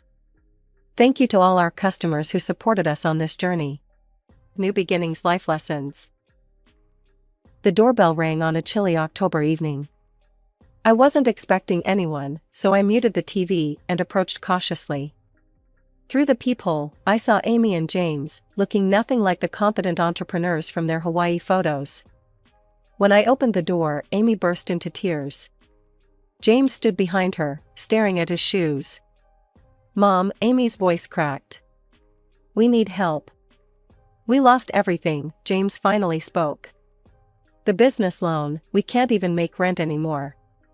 Over cups of hot tea, they laid out their situation. The business loan was massive, their credit was destroyed, and they couldn't afford even a basic apartment. They'd been staying with friends, bouncing between couches. Could we stay here for a while?" Amy asked, her voice small. "Just until we get back on our feet." I took a deep breath. "Yes, but we need to set some ground rules." They nodded eagerly, relief washing over their faces. I helped them move into the guest room the next day, and our new life began. I started taking on extra projects at work, knowing I had 2 more mouths to feed. My usual 8-hour days stretched into 10, sometimes 12. Both Amy and James found jobs. She had a local marketing firm, he had an auto repair shop, but their salaries barely covered their loan payments. To my surprise, Amy stepped up at home. She'd have dinner ready when I got home late, the kitchen clean and tidy. For a while, it seemed to work. We fell into a routine, James and Amy leaving early for their jobs, me working late, coming home to a warm meal and a clean house. Then Linda, my boss of 15 years, called me into her office. "Karen, I'm leaving the company," she said without preamble. "I wanted you to hear it from me first. The new director starts next week. Between us, he's got his own way of doing things. Be careful." She was right. The new director, Mr. Peterson, swept in like a cold wind. Suddenly there were new procedures, new reporting structures, new faces in management positions. I watched as, one by one, Linda's old team members were either pushed out or left voluntarily. The atmosphere grew tense, with whispered conversations in break rooms and worried glances in hallways. Then, 2 months after Linda left, I got the email, "Please see Mr. Peterson at 2 p.m. I knew before I even sat down in his chrome and leather office. The rehearsed speech, the fake sympathy in his voice, I'd seen it all before, just never from this side of the desk. "We're restructuring the department," he said smoothly. "Your position has been eliminated." I sat there, numb, thinking about Amy and James at home, about the increased grocery bills, about the utilities that had doubled since they moved in. how was I going to tell them? That evening, I sat at our kitchen table, still in my work clothes, staring at my hands. Amy and James were across from me, their dinner plates pushed aside. "I've been let go," I said quietly. "The new director, he's restructuring the department." The silence that followed was deafening. I looked up to catch them exchanging a quick glance. Was that panic in their eyes? That night, I lay awake making plans. First order of business, budget cuts. No more takeout, no more premium brands, no more extras. We'd need to tighten our belts until I found new employment. The first signs of trouble appeared at breakfast 2 weeks later. Amy stared at the store-brand cereal box like it had personally offended her. "Really, Mom? What happened to the good stuff?" "We need to be careful with money right now," I explained. "It's temporary." James pushed his bowl away. "I can't eat this. It tastes like cardboard." That evening, I made a simple casserole instead of ordering our usual Friday night Chinese. Amy took one bite and dropped her fork with a clatter. "This is what we're eating now?" She looked at James. "Honey, maybe we should just grab something on our way home tomorrow." "You're welcome to buy your own groceries," I said evenly. The atmosphere in the house changed after that. Instead of coming home to cooked meals, I found dirty dishes in the sink and empty takeout containers in the trash. Clearly, they were buying their own food now. One evening, as I was cooking dinner for myself, Amy leaned against the counter. "You know, Mom, it's kind of weird having you home all the time," she said. "James and I used to have the house to ourselves in the evenings." I turned from the stove. "This is my house, Amy." "Yeah, but..." She waved her hand vaguely. "Don't you have job applications to do or something?" The criticisms became constant. If I cleaned, I was moving their things. If I watched TV in the living room, I was always around. If I cooked, the smell was overwhelming. Then came that Wednesday afternoon. I was heading to the laundry room when I heard whispers from the guest bedroom. I shouldn't have stopped, shouldn't have listened, but something in their tone made me pause. "We need to figure out how to get her out," James was saying. "She's just sitting around all day, eating our food." "I know," Amy replied. "She's become such a freeloader. At least when she was working, she was useful." I stood there, frozen, my laundry basket pressing against my hip. My own daughter, plotting to push me out of my own house. The same house where I'd raised her, where I'd held her through thunderstorms and teenage heartbreaks, where I'd kept her safe after losing her father. Quietly, I turned and walked back to my room. I didn't confront them, not yet. Instead, I sat at my desk and powered up my phone's voice recorder app. Something told me I might need evidence of their conversations. The tension finally broke over a pot roast dinner I'd made. Amy pushed her plate away and cleared her throat dramatically. "Mom, we need to talk about the living situation," she announced, exchanging glances with James. "We've been thinking. It's just that, well, James and I are working, and you're..." She paused, choosing her words, "not contributing right now." James nodded encouragingly at her. "Maybe it would be better if you stayed with Grandma and Grandpa for a while," Amy continued, her voice sickly sweet. "They have that spare room, and we could handle things here." I stared at my daughter, barely recognizing the person she'd become. "Let me be very clear. This is my house. I took you both in when you had nowhere to go. If you're unhappy with the arrangement, you're welcome to leave." Amy's face flushed red. "You're being selfish," she shouted, shoving back from the table. "We're family. We're supposed to help each other." "Yes, we are," I agreed quietly. "Funny how you only remember that when you need something from me." She stormed off to her room, James trailing behind her like a shadow. After that night, the house became a war zone of silence. They started buying their own groceries, labeling everything in the fridge with passive-aggressive sticky notes. Amy and James only, "do not touch." "I'm not feeding a freeloader," Amy would announce loudly whenever she cooked, making sure I could hear from the next room. "Some people should learn to support themselves." I said nothing. Instead, I kept my phone handy, recording their cruel comments and whispered plots. The evidence was building, though I wasn't sure yet what I'd do with it. Then, during one of my morning walks 2 weeks later, the only peace I found these days, my phone rang. It was Linda, my former boss. "Karen, got a minute? I've started my own consulting firm. Listen, I need a chief project manager, and you're the only person I trust for the job. Interested?" My heart skipped a beat. "What's the salary range?" When she named the figure, I had to sit down on a nearby bench. It was substantially more than my previous position. "We need someone to start immediately," Linda continued. "The office is all set up. Can you come by tomorrow morning?" "Yes," I said, without hesitation. "Yes, I can." I didn't breathe a word to Amy or James that evening. The next morning, I dressed carefully in my best suit and drove to the address Linda had given me. The office was beautiful, all glass and modern furnishings. Linda greeted me with a hug and showed me to my new office. My office. With a window view and my name on the door. "Welcome aboard," she smiled, handing me the contract. I signed immediately, my hand steady and sure. Driving home that afternoon, I felt lighter than I had in weeks.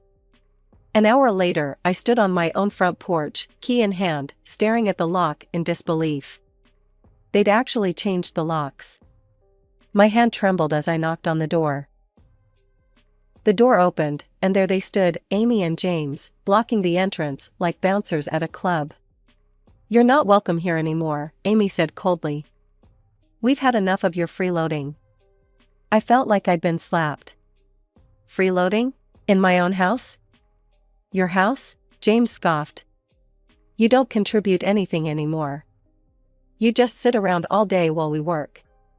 "Amy," I said, trying to keep my voice steady, "have you forgotten that I took you in when your business failed? When you had nothing?" She shrugged, and the gesture was so dismissive it made my heart ache. "Yeah, well, that was different. You had money then, so you were worth respecting. Now?" She looked me up and down. "You're just taking up space." Before I could respond, Amy slammed the door in my face. I stood there, my hand still raised, as if frozen in time. 25 years of motherhood, of sacrifice, of love, and this was what it had come to. I pulled out my phone with shaking hands and dialed 911. The police arrived within minutes, 2 officers, one older with graying temples, one younger with kind eyes. I explained the situation, showing them the property documents I thankfully kept in my car. When they rang the doorbell, Amy answered with her sweet, innocent face, the one I'd seen her use countless times to get out of trouble.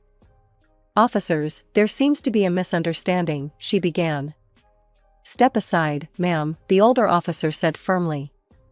"We need to let the legal owner enter her property." I walked in, my heels clicking on the hardwood floors my grandmother had loved so much. "This is ridiculous." Amy's voice rose. "I have rights. This was my father's house." I pulled out the property deed. "No, Amy. This house was given to me by my grandmother, before I even met your father. It was never his, and it's certainly not yours." But, her face crumpled. "Where are we supposed to go? We have nowhere else." For a moment, I saw my little girl again, the one who'd come to me with scraped knees and broken toys, trusting me to fix everything. But then I remembered the recordings on my phone, the cruel words, the changed locks. "That's not my problem anymore," I said quietly. "You didn't care where I would go when you locked me out. Pack your things and leave." "Mom, please." Amy started crying, but I'd seen this performance before. "Officers," I turned to the police, "could you please ensure they leave the premises?" They nodded, and I stood in my living room, watching as Amy and James stuffed their belongings into suitcases, all while Amy alternated between crying and glaring at me. Finally, they were gone. I locked the door behind them, then immediately picked up my phone. "Hello, yes, I need a locksmith. Emergency service, please. I need all the locks changed tonight." As I waited for the locksmith, I walked through my house, straightening pictures, touching familiar surfaces. My house. My grandmother's house. The one thing I'd never let anyone take from me, not even my own daughter. Life settled into a new rhythm. My job at Linda's company was challenging and rewarding, and I threw myself into the work. Coming home to an empty house wasn't easy, but at least it was peaceful. Then Sarah called. "Karen?" Her voice sounded strained. "We need to talk. Amy and James showed up at our door last night. They're saying horrible things about you. That you cruelly threw them out, that you're selfish." I took a deep breath. "Sarah, there's something you need to hear." I played the recording over the phone. Amy and James's voices came through clearly. "Once your grandparents kick the bucket, we'll get their house too," James was saying. "I know," Amy replied. "They're getting so old now. Hopefully it won't take too long. That neighborhood's worth a fortune." The silence on the other end of the line was deafening. 2 days later, Sarah called back. Her voice was stronger this time. "We told them no," she said. "You should have seen Amy's face when we said we knew about their plans for our house. They left in quite a state." "Are you okay?" I asked. "We will be. Robert and we've been talking. We're updating our will. Everything's going to you, Karen. You've been more of a daughter to us than Amy's been a granddaughter." Months passed. I settled into my new position, even earned a company award for a particularly successful project. Then one day, a Facebook message popped up. "Amy. Mom, I heard about your new job. Congratulations. Listen, James and I have been doing a lot of thinking. We realize we behaved terribly. We've changed, I promise. Could we come home? We'll be different this time." I stared at the message for a long time, remembering the little girl who used to climb into my lap during thunderstorms, the teenager who rolled her eyes but still kissed me goodnight, the bride who'd looked so beautiful in her wedding dress. But I also remembered the cruel words, the changed locks, the calculated plots against her own grandparents. "Amy," I wrote back, "I don't believe you've changed. I think you've just run out of options. You need to solve your own problems now. I'll always be your mother, but I can't be your safety net anymore." She didn't respond. That was a year ago. Sometimes I drive past places that hold memories, her old school, the park where she learned to ride a bike, the ice cream shop where we celebrated every report card. I wonder if she thinks about those times too. Sarah and Robert come over for Sunday dinners now. We talk about Amy sometimes, wondering where she is, hoping she's okay. They've officially changed their will, as they said they would. "You'll know what's right when the time comes," Sarah told me, squeezing my hand. The truth is, I do still hope for reconciliation someday. Not the quick fix Amy proposed in her message, but a real healing. One based on honest conversations, genuine remorse, and true change. Until then, I focus on my work, tend to my garden, and care for Sarah and Robert as they cared for me all those years ago. "Eliza, you gotta keep it on the down low, babe," Brian said with those puppy dog eyes drilling into me. "Let's just say you're a sales clerk or something chill like that, yeah?" I could tell he was serious, but still, the request rang strange in my ears. "A clerk? Brian, you've seen my business degree framed on the wall, right?" "Totally," he chuckled, scratching the back of his neck. "But my mom's, she's special, you know? Don't want her making a fuss or something." I raised an eyebrow, but nodded. "All right, for you, I'll be the world's best sales clerk," I said with a laugh, not realizing then that fabricating this tiny piece of my reality for his parents would unfold into something ugly and hard to handle. Soon enough, we rolled up to his folks' place. It was your typical suburbia, well, if every house looked like it could be on the cover of a homestyle mag, that is. Brian rang the bell, giving my hand a quick squeeze before the door swung open. And there she was, Linda, all coiffed hair and a smile that was a little too, let's just say she wouldn't have been out of place as a game show host. "Well, look at you," she appraised as she ushered us in. Brian says you're in retail? I plastered on my best customer service smile. Yeah, just selling clothes in a shop downtown, I said casually. Retail, huh? Linda eyed me up and down, her smile barely flinching, like she's heard better jokes at a funeral. I supposed you didn't feel like aiming higher? Brian shot me a play-along glance. Nah, she loves it, he jumped in quickly. She loves it, Linda echoed, as if tasting the words. Right. Then she floated away, leaving a silence that felt like standing in a room after someone's just slammed a door. Later, when Linda went to powder her nose or count her coins or whatever, Brian found me in their living room, which was too clean, like no one really lived there. He had this "I ate something bad" look as he spilled the family tea. He told me all about Linda's thing for the slot machines, the way she borrows money faster than a bank can print it. She'd bled his dad dry and was always circling Brian for a handout like it was a national sport. We talking a little gambling fun or full-on Vegas blowout? I asked him, trying to sort the scale of what we were dealing with. He grimaced. Professional league. She's up to her eyeballs in it. If there's a machine with blinking lights, she's there, batting her eyelashes at it. The wedding, if you could even call it that, was as low frills as a diner breakfast. We figured why blow cash on just one day when we're aiming for a lifetime. Not that I had any illusions about Linda seeing eye to eye with me on that. In our backyard, dressed up but not overdone, Brian looked nervous but happy. I kept things as chill as I could, in jeans and a nice blouse, because why not? Linda, on the other hand, turned up looking like she just lost a bet, wearing a dress that screamed I would rather be anywhere but here. The rest of the shindig passed without much drama. Friends joked, the grill sizzled, and life felt almost normal for a hot second. Aunt Marcy was on music, hooking up an old boombox that squealed before it sang. Our first dance was to a song that skipped a few times, but Brian and I just laughed it off and kept on dancing. It wasn't until everyone had had their fill of burgers and cake that the real fun began. Linda dug in true Linda fashion, not on food, but us, again. She found me, her eyes a little glassy from the party favors. You know, Eliza, marrying into this family means you're part of the clan now. I nodded, that's usually how it goes. And clans stick together. You never know when one of us might be in a bind. That's what families do. Help each other.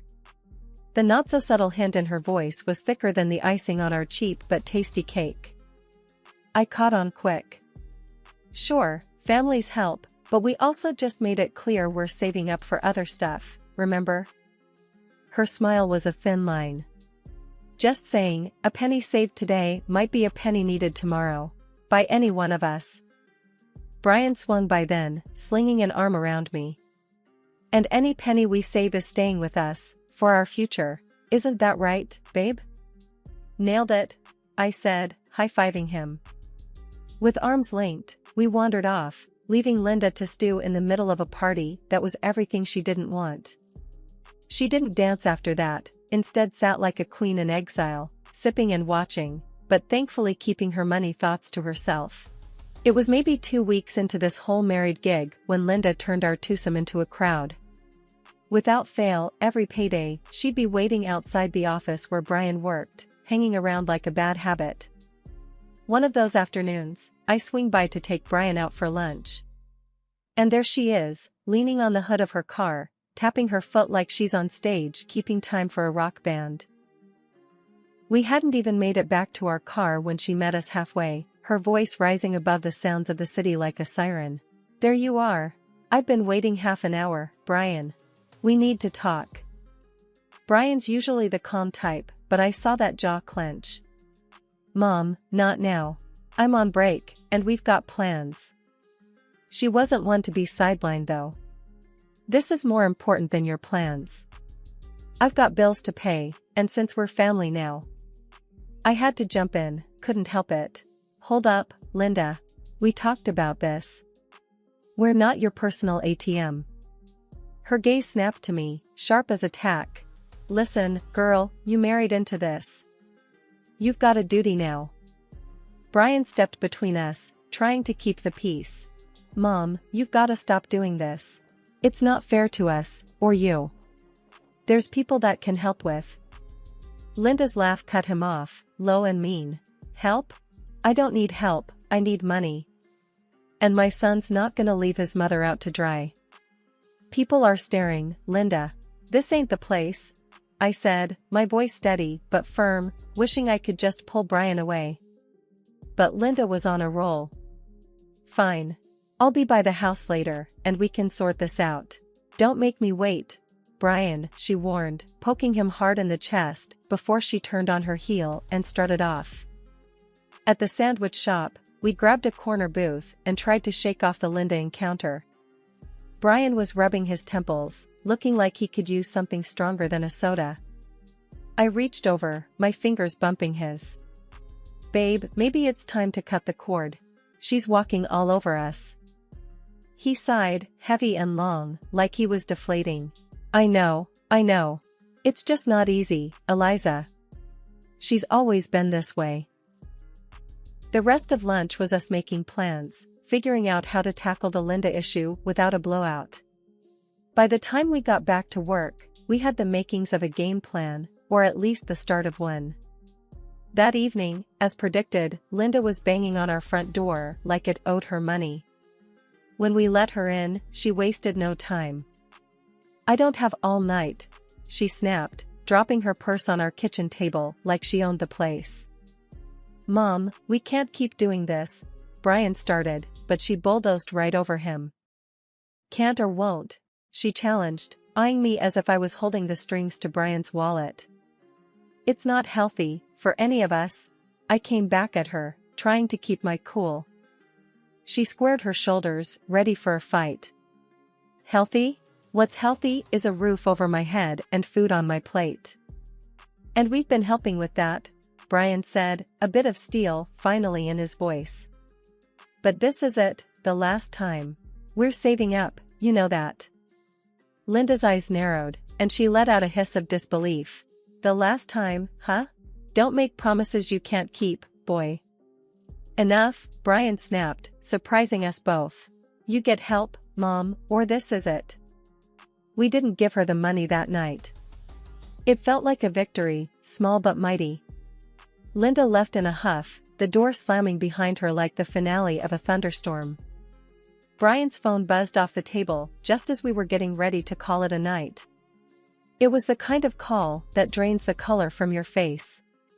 Tom, Brian's dad and Linda's husband, had landed himself in the hospital. His heart had decided to pull a fast one on him. "Jesus," Brian cursed under his breath, fumbling with his keys. We bolted out the door before the echo of our slamming door had time to fade. The harsh lights of the hospital were a stark change to our dim cozy living room. I could see Brian's chest heaving as we made our way to the front desk. The lady there pointed us to the right wing with a bored expression like she'd seen it all before. We found Tom in the ICU, hooked up to more beeps and blips than a video game arcade. Seeing him like that, all wires and tubes, it got to Brian. I saw his eyes water, his hands shake. "Dad," he choked out, gripping the railing of the hospital bed. Tom's eyes were closed, but they fluttered like he heard us. I put a hand on Brian's back, no words, because what could I say? It's then, watching the rise and fall of Tom's chest, that Brian turns to me, his voice a low tremble. "Where's Mom?" "Good question." I pull out my phone and gave Linda a call. No answer. So I tried again. And again. When she finally picked up, the noise in the background wasn't the beep of hospital machines, it was the clatter of a slot machine. "Linda?" I said, my voice almost as brittle as the hospital sheets. "Tom's had a heart attack. We're at the hospital." There's a pause, a cash register's ring, cutting through. "Yeah? And you should be here." Brian grabbed the phone from me, nearly shouting. "Your husband's lying in a damn hospital bed." She sighed like we were discussing the weather. "Tell him I'll pop by in the morning. I'm busy right now, cashing in some stuff." I could see the muscles in Brian's jaw jump. He threw the phone back at me, storming off to find a doctor or maybe just to punch a wall where no one could see. That night and into the morning, Tom got a bit better, but Linda never showed. The doc said it was a warning sign that he could have another attack if he didn't slow down. We went home exhausted, the morning sun stinging our eyes. Walking in, it was like a burglary, only Linda wasn't taking TVs or jewelry. No, she was packing up Tom's vinyl collection, the one thing he loved more than anything. "What the hell are you doing, Mom?" Brian stormed into the room, looking like he was ready to explode. "These are worth something," she snapped without looking up. "Don't worry, Tom won't miss them. Besides, hospital bills, remember?" "Hospital bills?" Brian was fuming. "That's rich, coming from you. You didn't even go see him." She rolled her eyes, stopped packing for a split second to stare Brian down. "Look, your father's tough, he'll be fine. But these bills ain't gonna pay themselves." But Brian was having none of it. "Put them back, Mom. Now."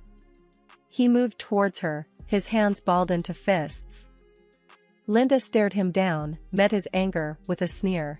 "Make me." I stepped between them.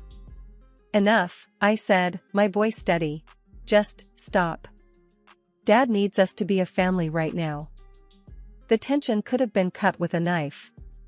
Linda looked from me to Brian, shrugged, and tossed the record she was holding back into the box. What she said next was like a punch to the gut. "Family sticks together, right? But when it's convenient for you too, huh?"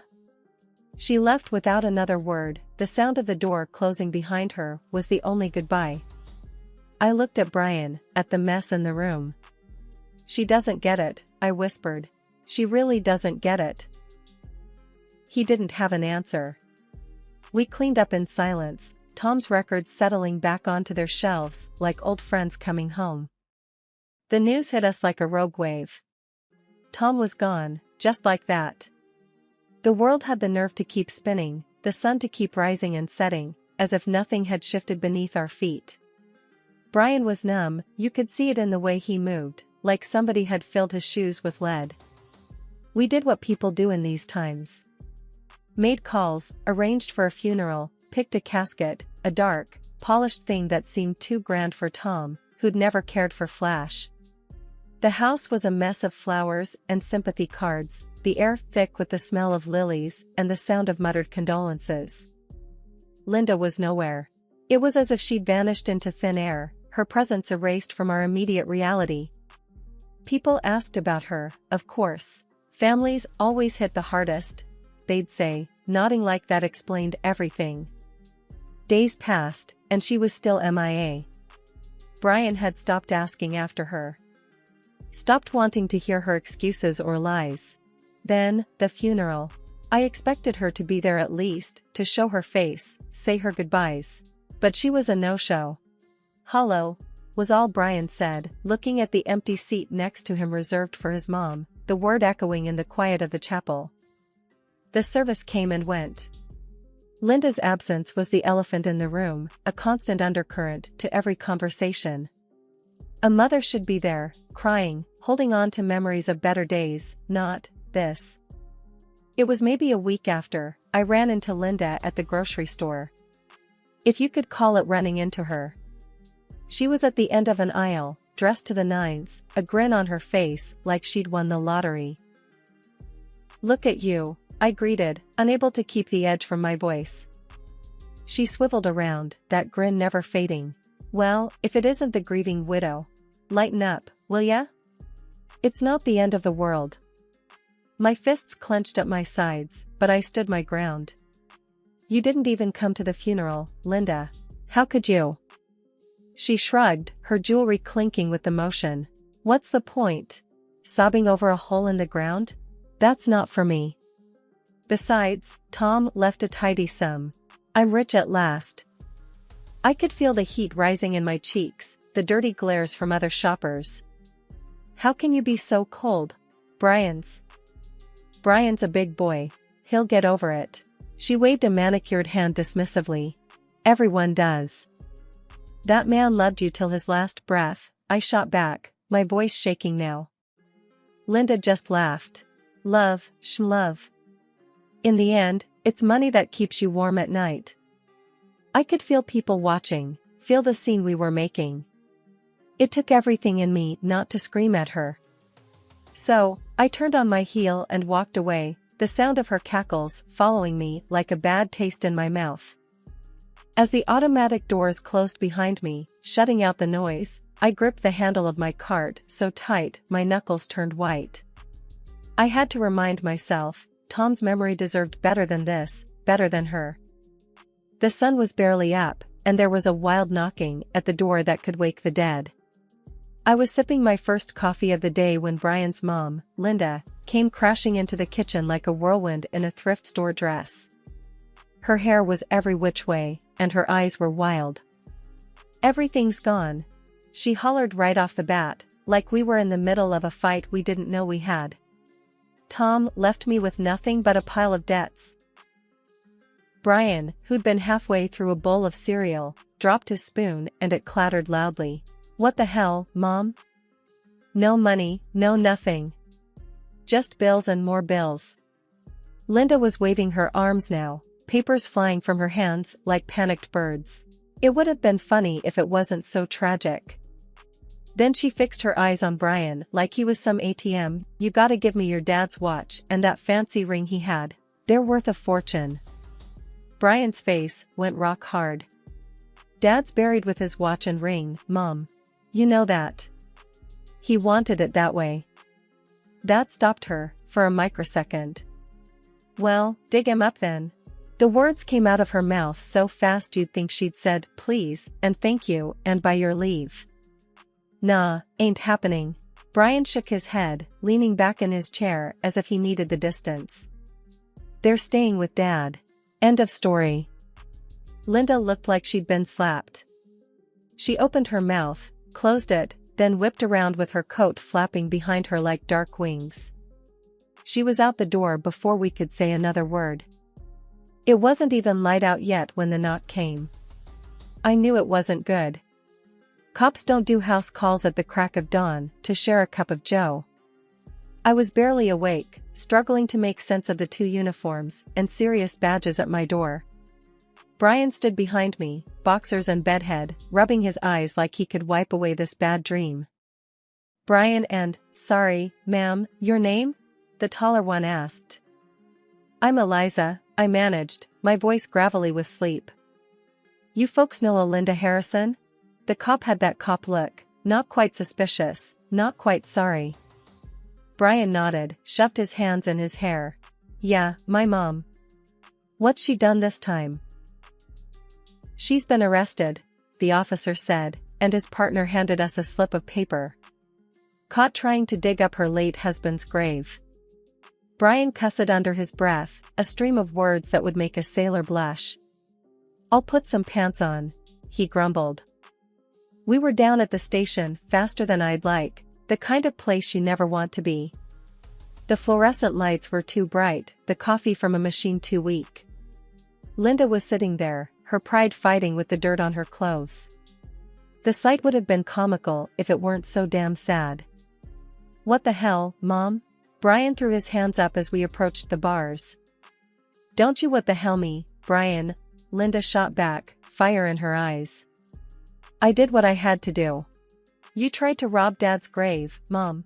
Brian's voice was a tight wire about to snap.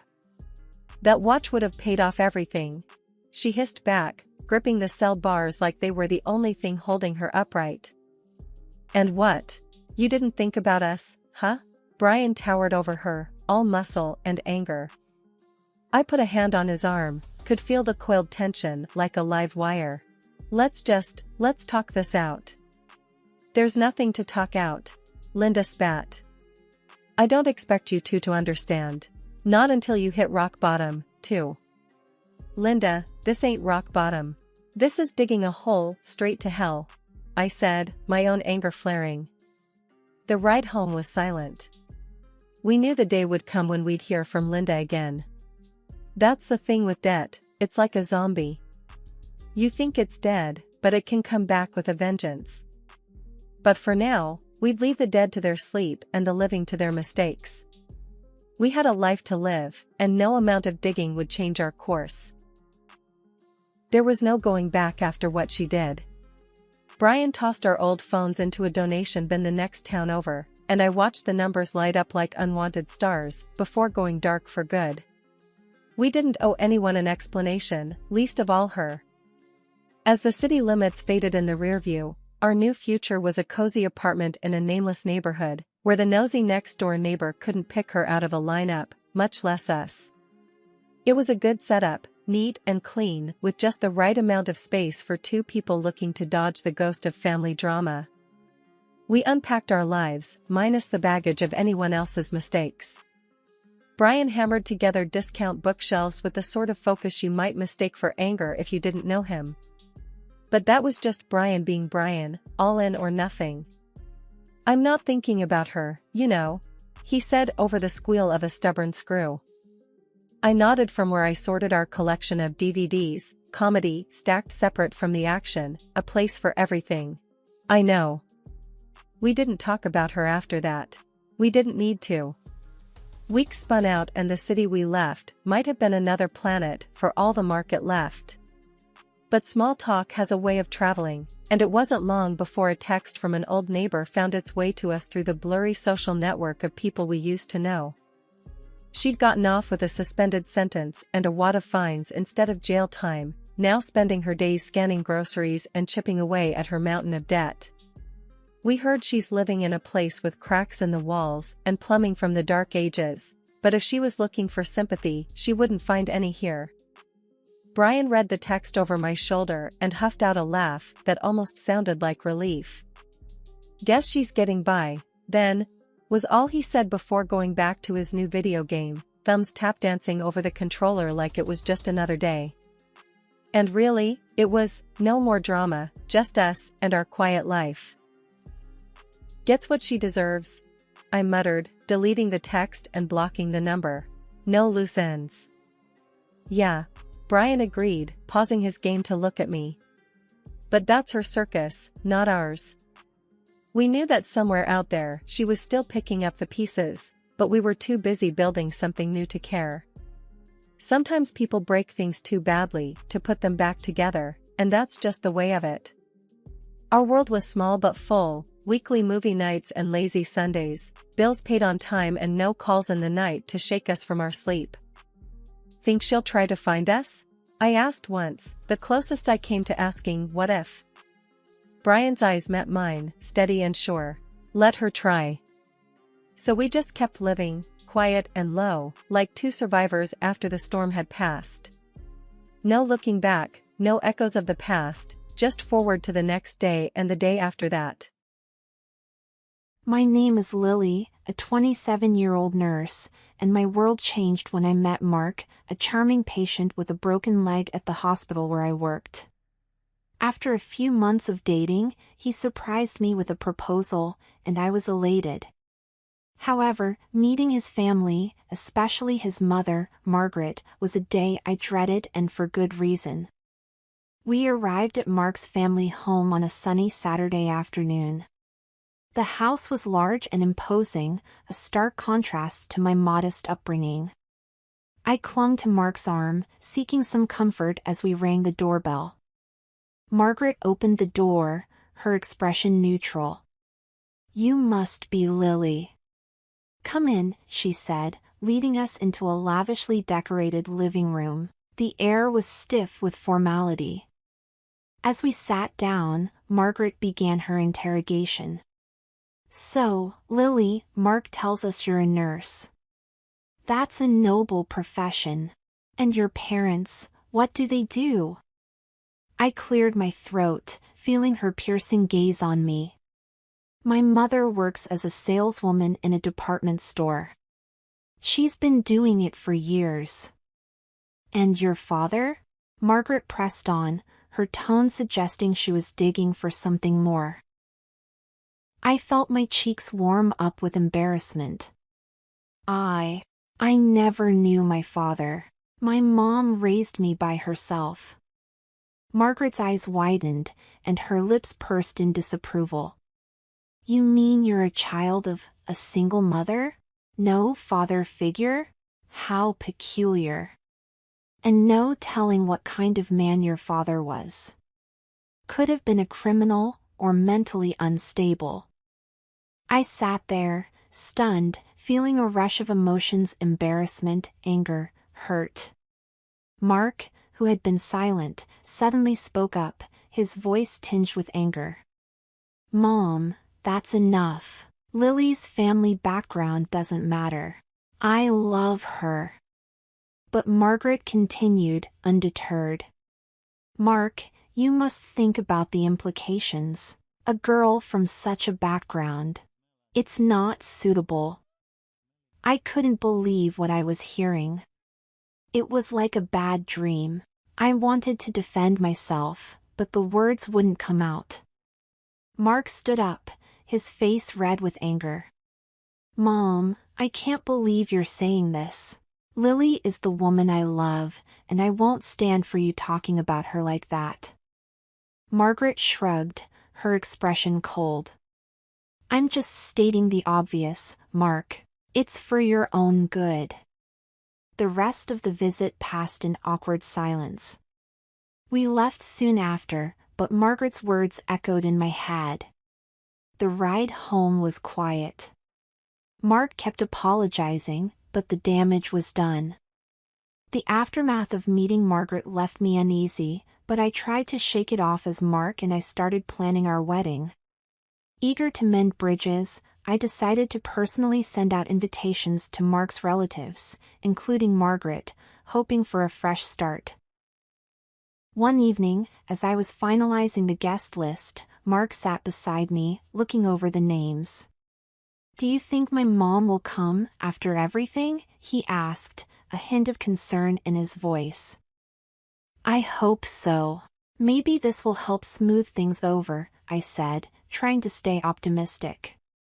A few days after mailing the invitations, I received an unexpected call from Mark's grandmother. Her voice was hesitant, laced with regret. Lily, dear, I'm afraid I have some bad news, she began. What is it? I asked, a sense of dread building up. It's about the wedding. None of us are coming. I'm so sorry, but Margaret called everyone. She said some awful things about you, spreading rumors, and then begged us not to attend, she confessed. I was stunned. But why would she do that? I asked, feeling a mix of anger and disappointment. She's convinced you're not right for Mark and is doing everything to stop the wedding, the grandmother explained. Mark overheard and took the phone. Grandma, is this true? Did Mom really say all that? Yes, Mark. I'm so sorry. We all are, she replied sadly. After hanging up, Mark was seething with anger. I can't believe she'd go this far. This is unacceptable. I felt a wave of humiliation and sadness. She's trying to ruin our wedding, Mark. What do we do? Mark took a deep breath, trying to calm himself. We'll still have our wedding, Lily. Just us and a couple of friends as witnesses. We don't need anyone who doesn't support us. I nodded, appreciating his support but still feeling the sting of rejection. Okay, let's do that. A small, intimate wedding. We proceeded with our plans, but the joy of preparing for our big day was overshadowed by Margaret's actions. Despite the setback, we were determined to celebrate our love, even if it meant having a wedding without Mark's family. Our modest wedding, though not what we initially planned, was beautiful in its own right. However, the real challenge came during a family dinner hosted by Margaret a few weeks later.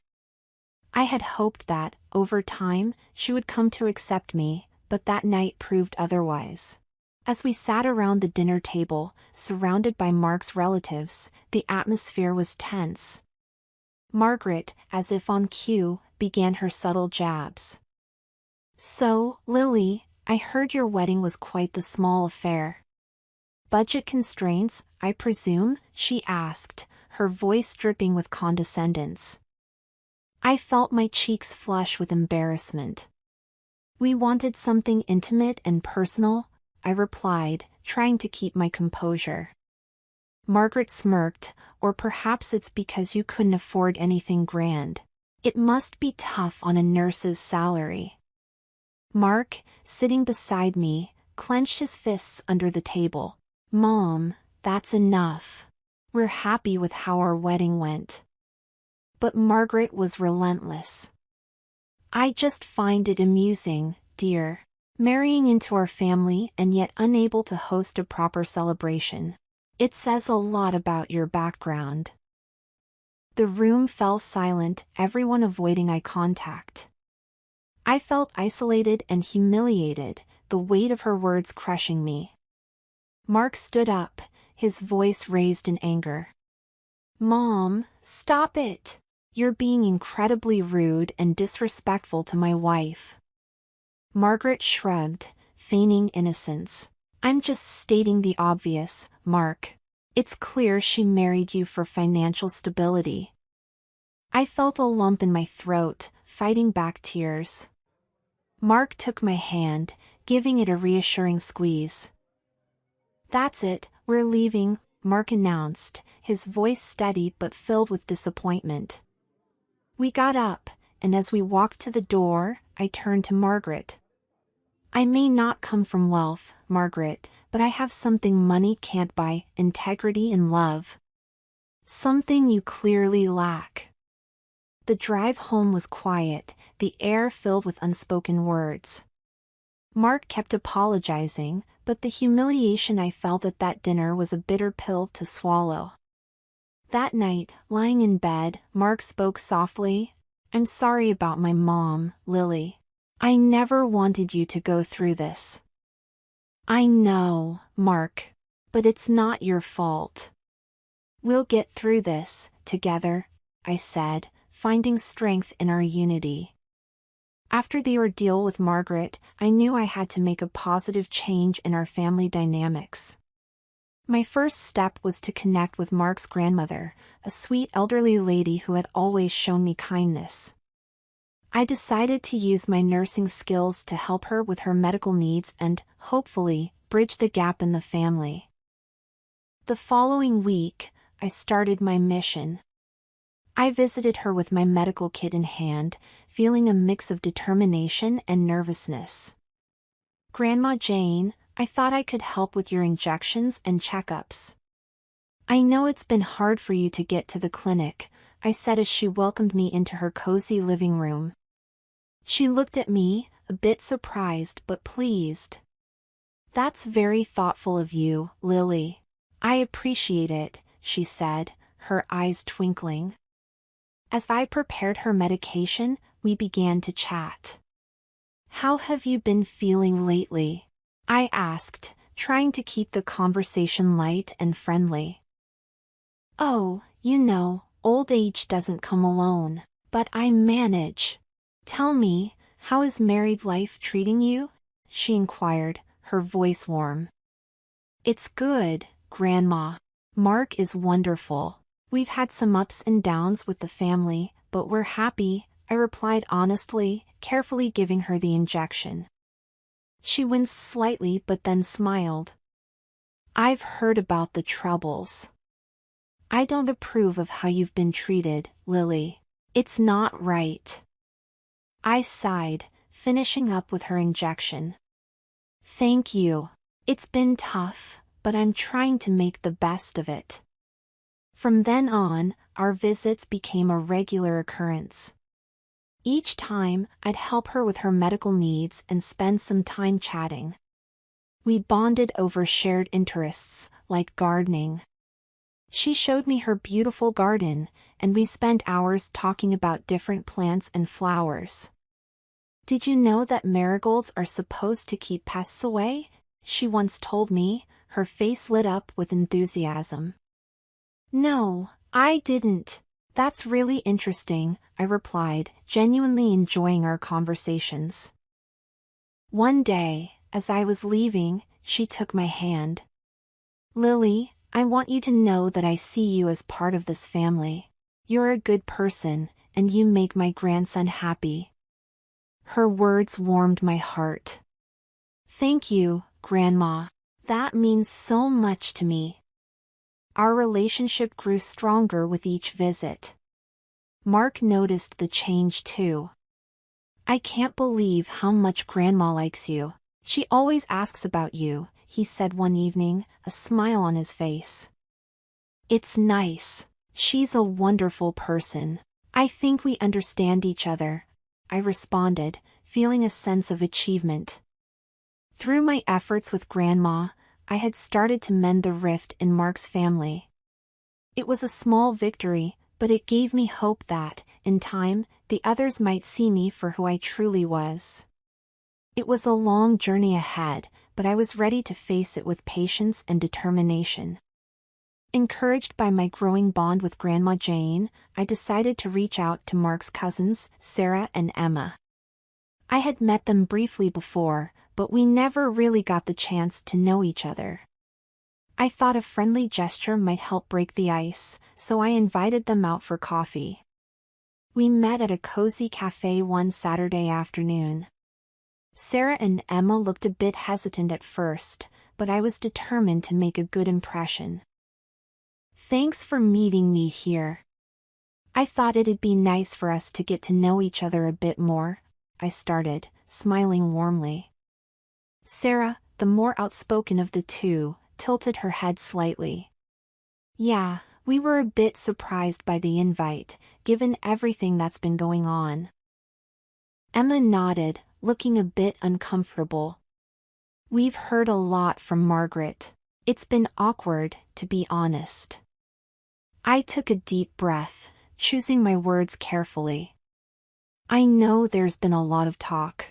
I just want you both to know that I really care about Mark and being part of the family." We chatted about various topics, slowly easing into a more comfortable conversation. I learned about their hobbies, their jobs, and shared some of my own experiences. "You're actually pretty cool, Lily. We only ever heard one side of the story," Sarah admitted, sipping her coffee. Emma chimed in, "Yeah, I think we misjudged you based on what we were told. It's nice to see a different side." Feeling a sense of relief, I suggested, "Maybe we can hang out more often?" "I'd really like that." Both Sarah and Emma smiled. "We'd like that too," they responded in unison. From that day on, we started to build a friendship. We'd go out for movies, have lunch together, and soon I was part of their close circle. They even began to defend me in family gatherings when Margaret tried to make sly remarks. One evening, as Mark and I were having dinner at home, I told him about my progress with his cousins. "Sarah and Emma are really great. We've been hanging out quite a bit." Mark looked up, a smile spreading across his face. "That's awesome, Lily. I'm glad you're getting along with them. I think it's important for you to have allies in the family." After forging a bond with Mark's grandmother and cousins, I felt a newfound confidence. It was time to reach out to the broader circle, his aunts, uncles, and other relatives. I knew it wouldn't be easy, but I was determined. One Sunday, Mark and I hosted a small barbecue at our place. We invited his extended family, hoping for a relaxed setting to break down barriers. Surprisingly, most of them accepted the invitation. As our guests arrived, I could sense their curiosity and a bit of hesitation. Mark's Aunt Carol was among the first to arrive. I greeted her warmly at the door. "Welcome, Aunt Carol. We're so glad you could make it," I said, offering her a friendly smile. She studied me for a moment, then smiled back. "Thank you, Lily. This is quite a lovely home you have here." During the barbecue, I made an effort to chat with each of them. Uncle Mike, who was known for his love of gardening, found common ground with me as we discussed different plant varieties. "So, you're into gardening too, Lily?" he asked, intrigued. "Yes, I love it. There's something so peaceful about working with plants," I replied, sharing my experiences. Mark's cousin, Jenna, joined our conversation. "I've heard some things from Grandma about you. Seems like you've been a big help to her." I nodded. She's a wonderful person. I enjoy spending time with her. As the afternoon went on, the initial awkwardness gave way to laughter and shared stories. I helped serve food and made sure to engage in conversations, showing them the real me, not the version Margaret had painted. Toward the end of the event, Aunt Carol pulled me aside. "Lily, I'll be honest, we heard a lot from Margaret, but today showed us a different perspective. You're nothing like what she described." Her words were a victory, small but significant. "Thank you, Aunt Carol. I just want to be part of the family and make Mark happy," I said, feeling a sense of accomplishment. After everyone left, Mark wrapped his arms around me. "You did great today, Lily. Everyone seemed to really enjoy your company." "I think we made some progress," I said, hopeful. "Maybe, over time, they'll see that I'm not the person Margaret claims I am." Each conversation, each shared laugh was a step towards a better relationship with them. It wasn't just about disproving Margaret, but about creating a family bond based on truth and understanding. The Christmas season approached, and surprisingly, Margaret extended an invitation to Mark and me for a family dinner. Despite our reservations, we decided to accept, hoping for a peaceful holiday. The evening arrived, and the house was beautifully decorated. Margaret welcomed us with a forced smile. "Lily, dear, I need help in the kitchen. Would you mind?" I nodded, albeit reluctantly. "Of course, Margaret." As I followed her into the kitchen, she started delegating tasks. "Could you handle the salad and set the table? I want everything to be perfect." I busied myself with the tasks, trying to stay positive. The relatives began to arrive, filling the house with chatter and laughter. The tension was palpable when we all sat down for dinner. Margaret stood up, glass in hand, for a toast. "I'd like to say something before we begin," she announced, her voice loud and clear. Everyone fell silent, anticipating her words. "I would like to ask Lily to leave. She is an unnecessary addition to our family gathering," she declared, looking directly at me. The room erupted in murmurs of shock. Mark stood up, his face red with anger. "Mom, what are you doing? This is unacceptable." But before he could continue, I placed a hand on his arm, signaling him to let me handle it. I stood up, facing the family, my voice calm but firm. "I understand that I am not welcomed by everyone here. So, I will leave. But I want to extend an invitation to anyone who wishes to join us at our home. We would be happy to celebrate Christmas with family who appreciate and respect us." To my surprise, one by one, the relatives began to stand up. Aunt Carol was the first to speak. "I think I'll take you up on that offer, Lily." Uncle Mike and several others followed. "We're coming too," they chimed in. Margaret sat there, stunned, as almost every guest stood up to leave with us. In our home, the atmosphere was warm and welcoming. Laughter and cheerful conversation filled our living room as we celebrated with those who chose to join us. Later in the evening, as we were all enjoying dessert, Margaret's number flashed on my phone. I could hear her angry voice, but I chose to turn off the phone and focus on the joyous occasion around me. After the Christmas fiasco at Margaret's house, our celebration at home turned out to be a delightful affair, full of warmth and laughter. The night was winding down, and the atmosphere was relaxed, with everyone sharing stories and enjoying each other's company. That's when we heard a knock on the door. Mark glanced at me, a questioning look in his eyes, before he went to answer it. I followed him, curious about the late-night visitor. Standing there, in the cold night air, was Margaret. Her face was a mix of anger and desperation. "Mark, I demand to be let in. This is ridiculous, turning your mother away on Christmas," she exclaimed, her voice trembling with emotion. "Mom, after what you did tonight, I can't let you in. You hurt Lily and embarrassed us in front of the whole family," Mark replied, his stance firm yet his voice filled with regret. "But I'm your mother. How can you choose her over me?" Margaret's voice cracked, revealing a hint of vulnerability. "It's not about choosing, Mom. It's about respect and love, something you've consistently denied Lily," Mark said, his voice steady. I stepped forward, feeling a mix of pity and resolve. "Margaret, I've always wanted to be part of this family, but not at the cost of my dignity." She looked at me, her eyes searching for something, perhaps a sign of weakness or a chance to argue. But finding none, she let out a sigh, a mixture of defeat and bitterness. "Fine, have it your way. Enjoy your perfect little family," she said bitterly before turning away and disappearing into the night. Mark closed the door quietly and turned to me, his eyes filled with an apology he didn't need to voice. Back in the living room, the mood had shifted slightly, but Aunt Carol broke the silence.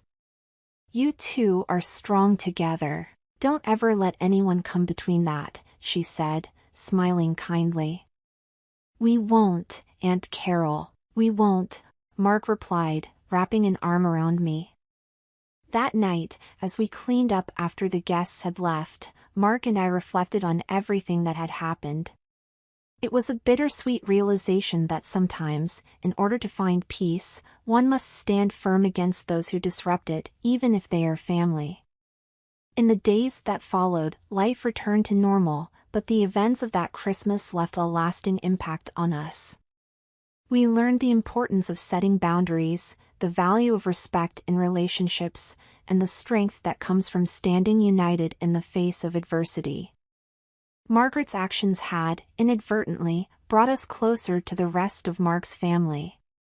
And while we hoped for reconciliation one day, we knew that our little unit, built on love and respect, was strong enough to weather any storm.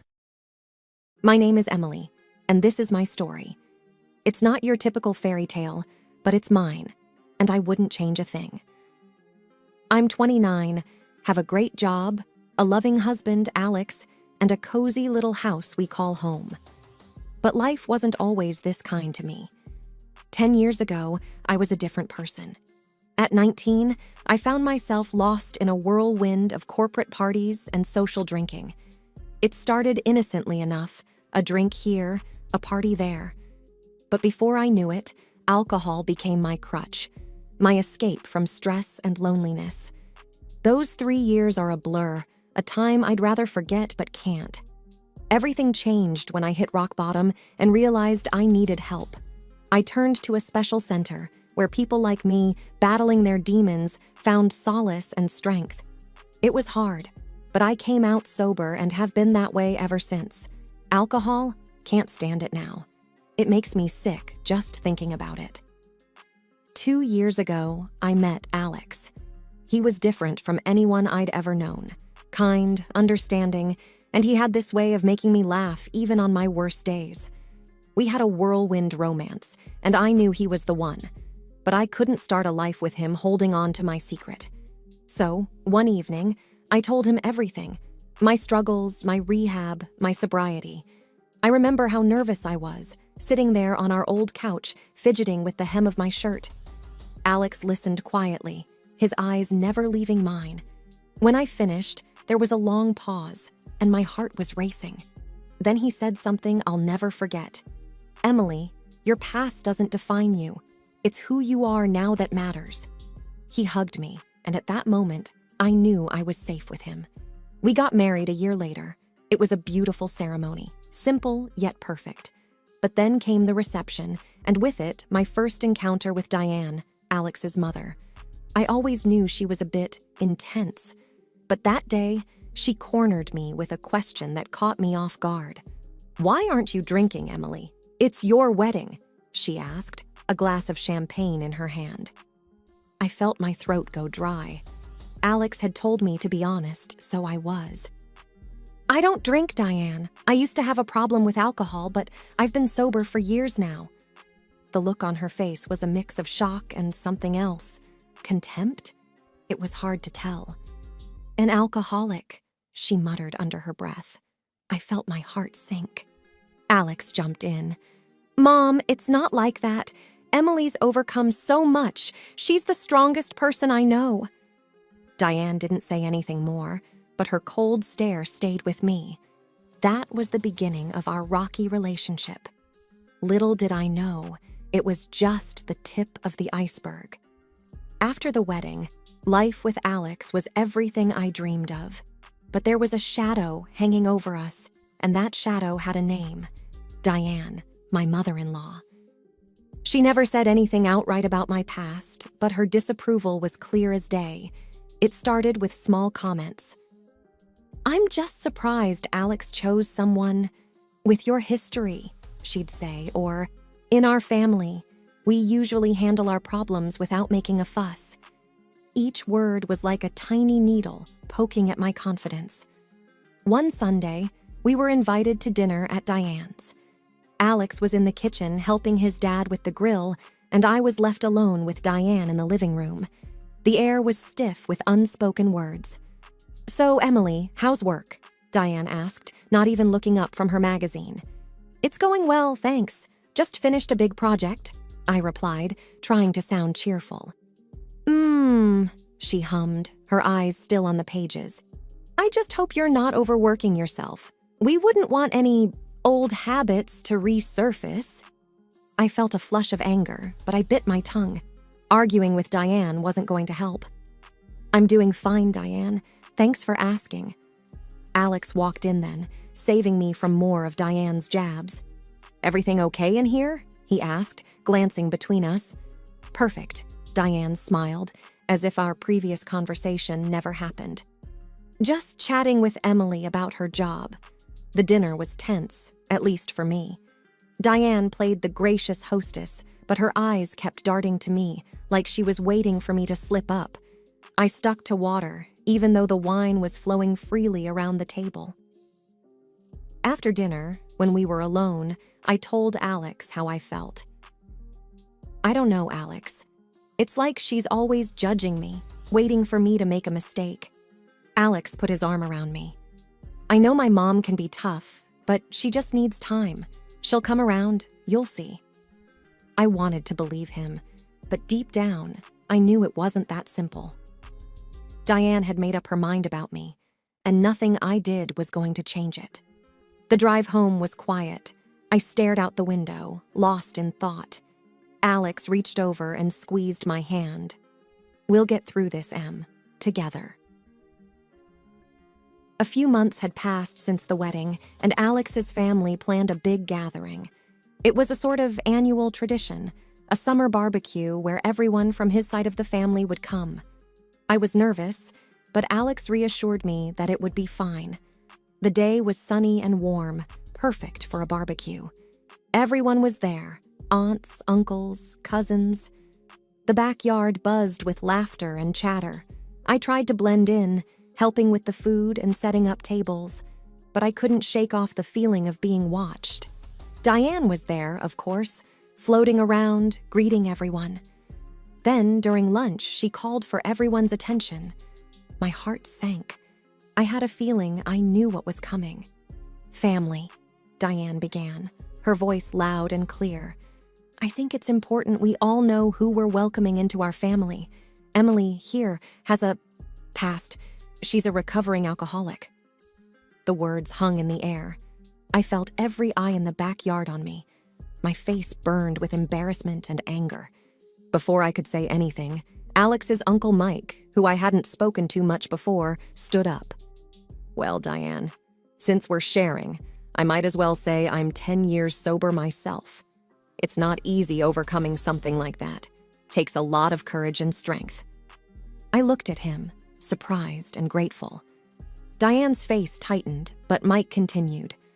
"I think what Emily has done is remarkable. She should be commended, not judged." Then, one by one, other relatives started chiming in. "We all have our struggles, Diane," said Alex's cousin Sarah. "Emily's past doesn't define her." Even Alex's grandmother, a sweet but stern woman, added her voice. "Diane, dear, this isn't the time or place. Let's be a family that supports, not one that tears down." Diane was outnumbered. She mumbled something about just being concerned and walked off. Alex came over and gave me a tight hug. "See? They love you." The rest of the afternoon went surprisingly well. Uncle Mike even shared a bit of his own story with me, and I felt a sense of belonging I hadn't expected. It was like his words had broken some invisible barrier, and I found myself chatting and laughing more freely. As we drove home, I felt a mix of emotions. I was still upset about Diane's stunt, but I was touched by the unexpected support from Alex's family. "Your family is amazing, Alex," I said, leaning back in the seat. "Yeah, they're pretty great," he replied, smiling. "And now they're your family too."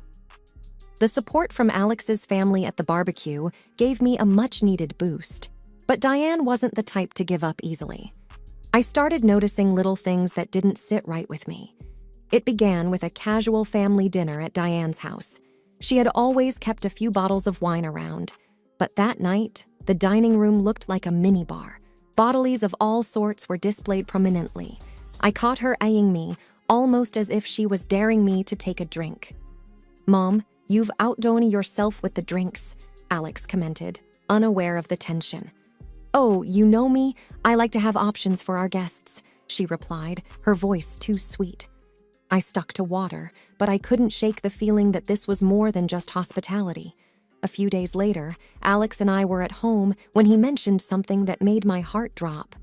"Mom's been suggesting I should relax more, have a drink in the evening. She even gifted me some fancy scotch." I tried to keep my voice steady. "That's nice of her, but you don't have to drink if you don't want to." He laughed. I know. Just thought it was a bit odd, her insisting on it." That's when it hit me. Diane wasn't just targeting me. She was trying to weave alcohol back into our lives through Alex. The last straw was a conversation I accidentally overheard. I was at Diane's house, helping her set up for another family event. I thought she was in the garden, so I was surprised when I heard her voice coming from the living room. Peeking in, I saw her talking on the phone, not noticing me. "I'm telling you, she'll slip up eventually," Diane was saying. "If she's around alcohol enough, she'll go back to her old ways. Then Alex will see I was right about her." I felt sick to my stomach. She was plotting against me, trying to make me relapse.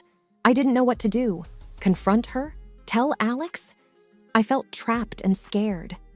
At home, I sat Alex down and told him everything. The drinks at dinner, the scotch, and what I overheard. He was shocked. "Mom wouldn't do that, Emily. Maybe you misunderstood." "I wish I did, Alex, but it's all adding up. She's trying to make me drink again." Alex looked torn, caught between his wife and his mother. "Let me talk to her, okay? This has to be a misunderstanding." The days after my talk with Alex were filled with tension. He said he spoke to Diane, but things didn't change much. I was on edge, always careful around her, especially with drinks. Then, something wonderful happened that brought a glimmer of hope. I found out I was pregnant. Alex and I were over the moon. We shared the news with Diane, hoping it might soften her attitude. "Oh, a baby," Diane said, her voice flat. "That's news. Congratulations." Her reaction was underwhelming, but I didn't let it bother me. I was too happy about the baby. A couple of weeks later, Diane invited us over for dinner again. I was cautious, given her recent behavior, but Alex convinced me to give her another chance for the sake of family harmony. Dinner started off well enough. Diane was on her best behavior, or so it seemed. Then came dessert, a cake that Diane had baked herself. "It's a special recipe," she said, serving us generous slices. I took a bite and immediately knew something was off. There was a strong taste of alcohol, cognac maybe. I put my fork down, feeling nauseous. "Diane, is there alcohol in this cake?" I asked, trying to keep my voice steady. She looked surprised, then chuckled. "Oh, just a splash for flavor. It's completely cooked off. Don't be so dramatic, Emily." I pushed the plate away, feeling betrayed and sick. Alex was frowning. "Mom, you know Emily doesn't drink. Why would you add alcohol to the cake?" Diane's attitude shifted. "It's just a cake, Alex. If she's so sensitive, maybe she shouldn't be eating dessert." I couldn't take it anymore. I excused myself and went outside for air. Alex followed me. "I'm sorry, Em. I don't know what's gotten into her." "I told you, Alex. She's doing this on purpose. She knows I'm pregnant and still she—" Alex hugged me. I know. I'll talk to her again. This isn't right." But talking seemed pointless. Diane had crossed a line. I couldn't trust her, not with me, not with our baby. And the worst part? I felt like Alex was still struggling to see how deep this went. That night, I lay awake, thinking about everything. Diane's actions, Alex's reluctance to fully confront her, our baby's future. I needed to protect my family, but I felt so alone in this fight. The incident with the cake stayed with me. I couldn't shake off the feeling of betrayal. I tried to talk to Alex about it, but it felt like he wasn't fully grasping the seriousness of his mother's actions. One evening, we were sitting in the living room, and I decided to bring it up again. "Alex, I can't stop thinking about the cake Diane made. It's like she's testing me, pushing my limits." Alex looked up from his book, his expression one of concern mixed with frustration. "Em, I know it seems that way, but maybe you're reading too much into it. Mom can be insensitive, but I don't think she's doing it to hurt you." I felt a surge of frustration. How can you say that? After everything? She's not just being insensitive, she's being malicious. And with the baby on the way, I don't feel safe around her. Alex sighed, putting his book down. "I know you're upset, but that's still my mom you're talking about. Maybe we just need to give her some space, let things cool down." I couldn't believe what I was hearing. Give her space. Alex, she's trying to sabotage me. I overheard her planning it. What more proof do you need? He ran his hands through his hair, a sign that he was getting stressed. "I just can't believe she'd go that far. I'll talk to her again, okay? I'll make her understand that she can't keep doing this." But his words didn't reassure me. It felt like he was still in denial about his mother's intentions. And the more he tried to downplay it, the more isolated I felt. The next few weeks were tough. I started avoiding Diane as much as possible, which wasn't easy with all the family events. And every time I had to see her, I was on high alert, worried about what she might say or do. Then one day, something happened that made me question everything. Alex and I were at a family barbecue, and I overheard a conversation between Diane and one of her friends. "Yes, I've been trying to get through to Emily," Diane was saying, her voice dripping with fake concern. "I'm just worried about her, with the baby and all. You know how she used to be." Her words stung. It was like she was painting herself as the concerned mother-in-law, while making me look like an unstable mess. I confronted Alex about it on the drive home. "She's telling people she's worried about me, making it sound like I'm a ticking time bomb."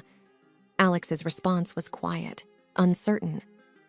"Maybe she's just trying to find a way to connect with you, in her own way." I felt a rush of disappointment.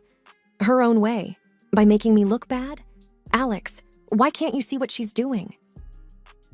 He didn't have an answer, and the rest of the drive home was silent. The tension in our home was becoming unbearable. Alex was trying to keep the peace, but I could see he was torn. I knew I had to do something drastic to show him the truth about his mother. One night, I sat him down at our kitchen table. Alex, I have an idea, but I need you to trust me. It's the only way to show you what your mom is really like. He looked hesitant. What are you thinking? I want to set up a sting operation. I'll pretend to fall off the wagon, get drunk, and call your mom over. We'll see how she reacts when she thinks I'm alone and vulnerable. Alex was shocked. That's a big risk. What if it backfires? It's a risk I'm willing to take. I need you to see her true colors. Will you help me? After a long pause, he nodded.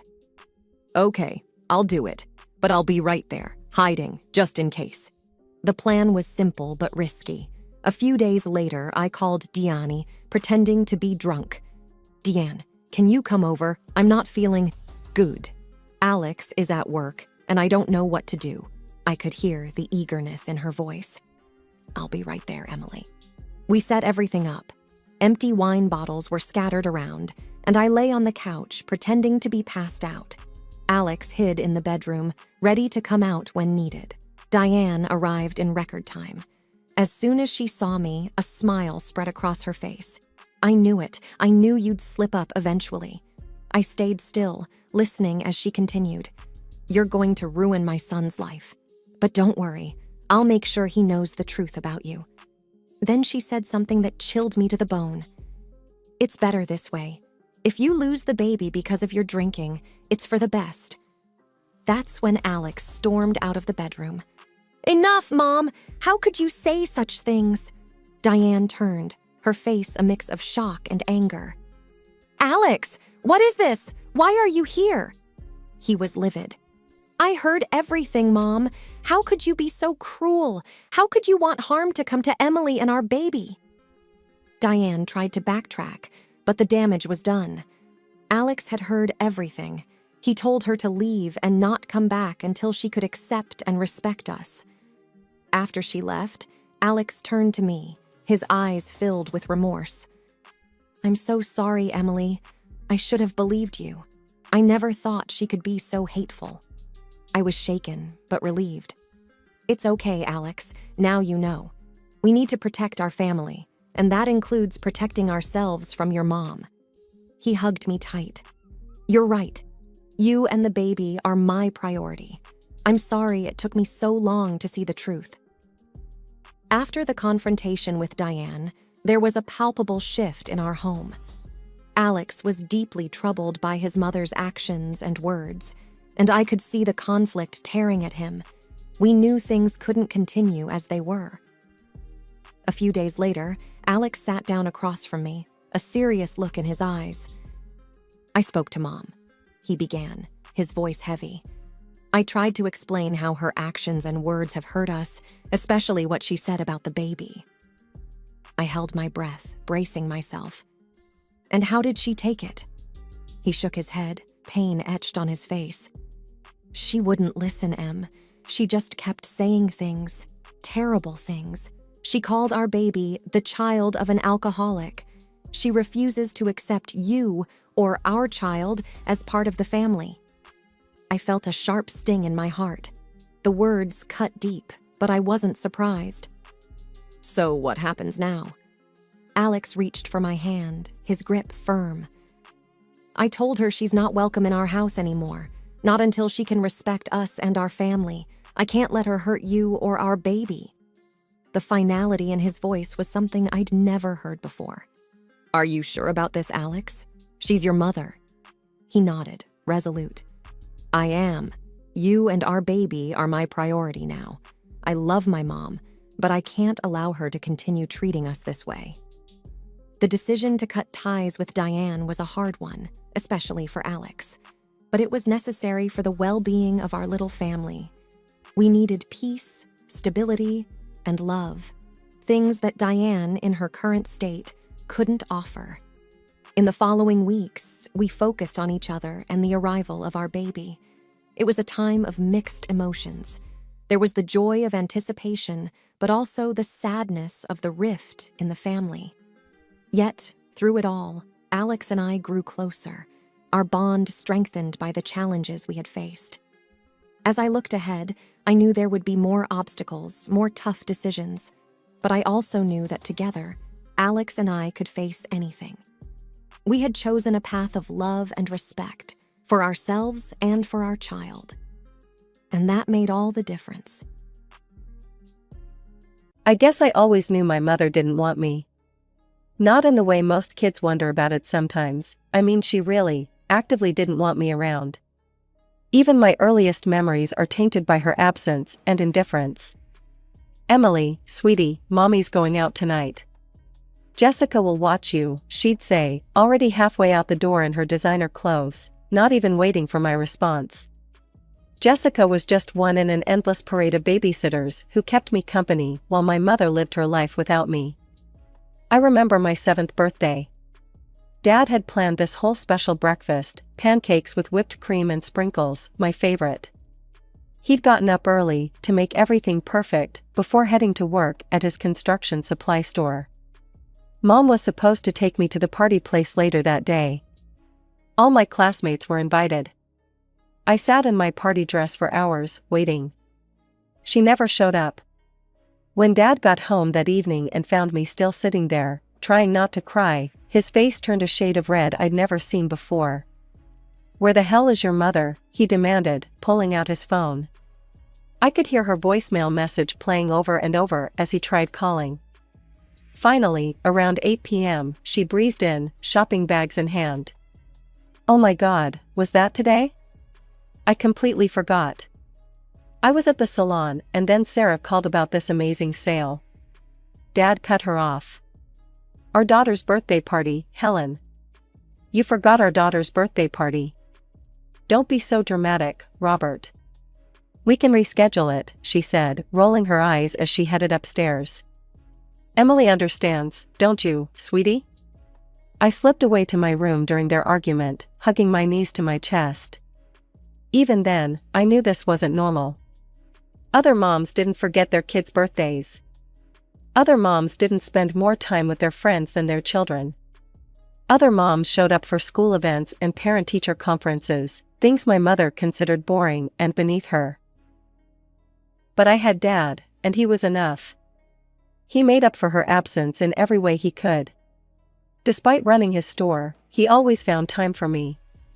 He'd wake up early to make my breakfast, help me with homework in the evenings, and on weekends, we'd have our special daddy-daughter adventures, trips to the park, movies, or just hanging out at home building pillow forts. I learned to stop expecting anything from my mother. When she forgot to pick me up from school, I'd call Dad. When she missed my school plays, I'd look for Dad's proud face in the audience. When she was too busy with her friends to help me shop for my first training bra, Dad awkwardly but lovingly took me himself. We were a perfect team. I had gotten used to our little family dynamic, Dad being both mother and father, while Mom floated in and out like some glamorous but distant relative who happened to live in our house. I was 15 when I got the call. It was a regular Thursday evening, and I was doing my homework, waiting for Dad to come home from the store. When the phone rang, I assumed it was him telling me he'd be late again. Instead, it was the police. "Is this the residence of Robert Thompson?" a serious voice asked. The next few minutes are still a blur in my memory. Drunk driver. Wrong lane. Head-on collision. No chance of survival. The words washed over me like ice water, but they didn't make sense. They couldn't make sense. Dad had texted me just hours ago, asking what I wanted for dinner. Mom was out with her friends, of course. The police had to call 3 times before they reached her. When she finally came home, she was already playing the part of the devastated widow, mascara artfully smeared down her cheeks. "Oh, my poor baby," she wailed, pulling me into an awkward hug that smelled of wine and expensive perfume. "We'll get through this together." The funeral was a spectacle I'll never forget, but not because of my grief, because of my mother's performance. She wore a designer black dress that probably cost more than Dad's monthly mortgage payment, and she sobbed dramatically at all the right moments. Everyone kept telling her how strong she was, how brave. "I don't know how I'll manage," she told everyone who would listen, clutching her handkerchief. "But I have to be strong for Emily now. I'll take care of her twice as much as before." Robert would have wanted that. I wanted to scream. I wanted to tell everyone that she hadn't taken care of me at all before, so twice of nothing was still nothing. But I stayed silent, focusing instead on the real pain in my chest, the crushing reality that Dad was gone. The days after the funeral were even worse than I'd imagined. Mom's promises of increased attention lasted exactly 3 days. By day 4, she was too devastated to cook dinner.